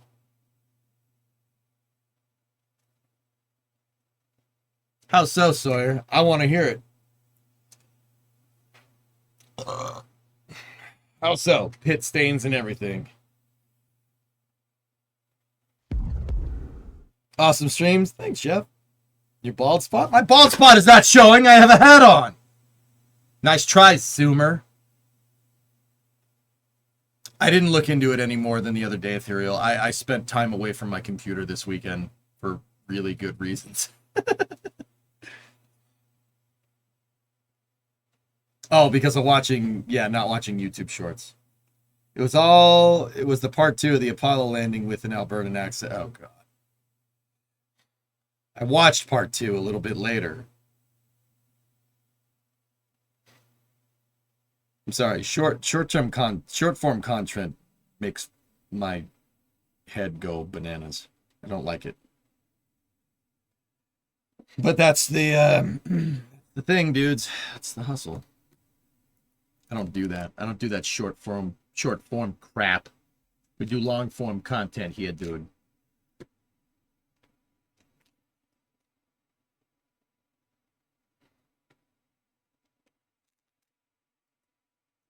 All right, guys.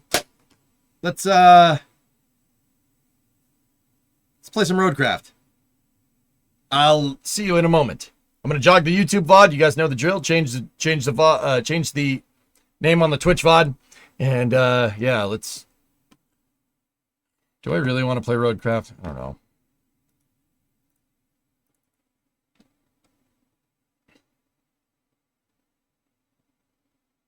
Nah, Tessa stayed up. I probably should. All right, Dino.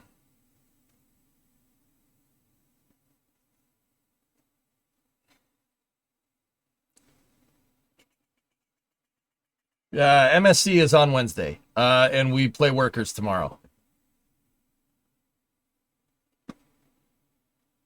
You don't have to if you don't want to. I was actually thinking get up early and keep working on the Coronet. I want to make more forward progress on that now that I got the welding tank and all the steel. So if you guys don't mind, I might dip out instead of playing Roadcraft, and then tomorrow get up early tomorrow morning and do an auto stream, then games, then space news, and then after hours, if you don't mind. Can you see the Northern Lights right now? I don't know. I'm inside. It's fine. Early start. Lowe's, is it bad if early start is making me not want to play Workers? Because we did all that work in the Yakograd. I don't want to start another damn Republic because Yakograd isn't finished. Is it bad if I'm just like... Check it out. Aqualex, it's been linked to me 1,000 times, dude. You and probably about 300 other people, slight exaggeration, have linked me the trailer. It's all over my Discord, dude. Thank you, though. I got it.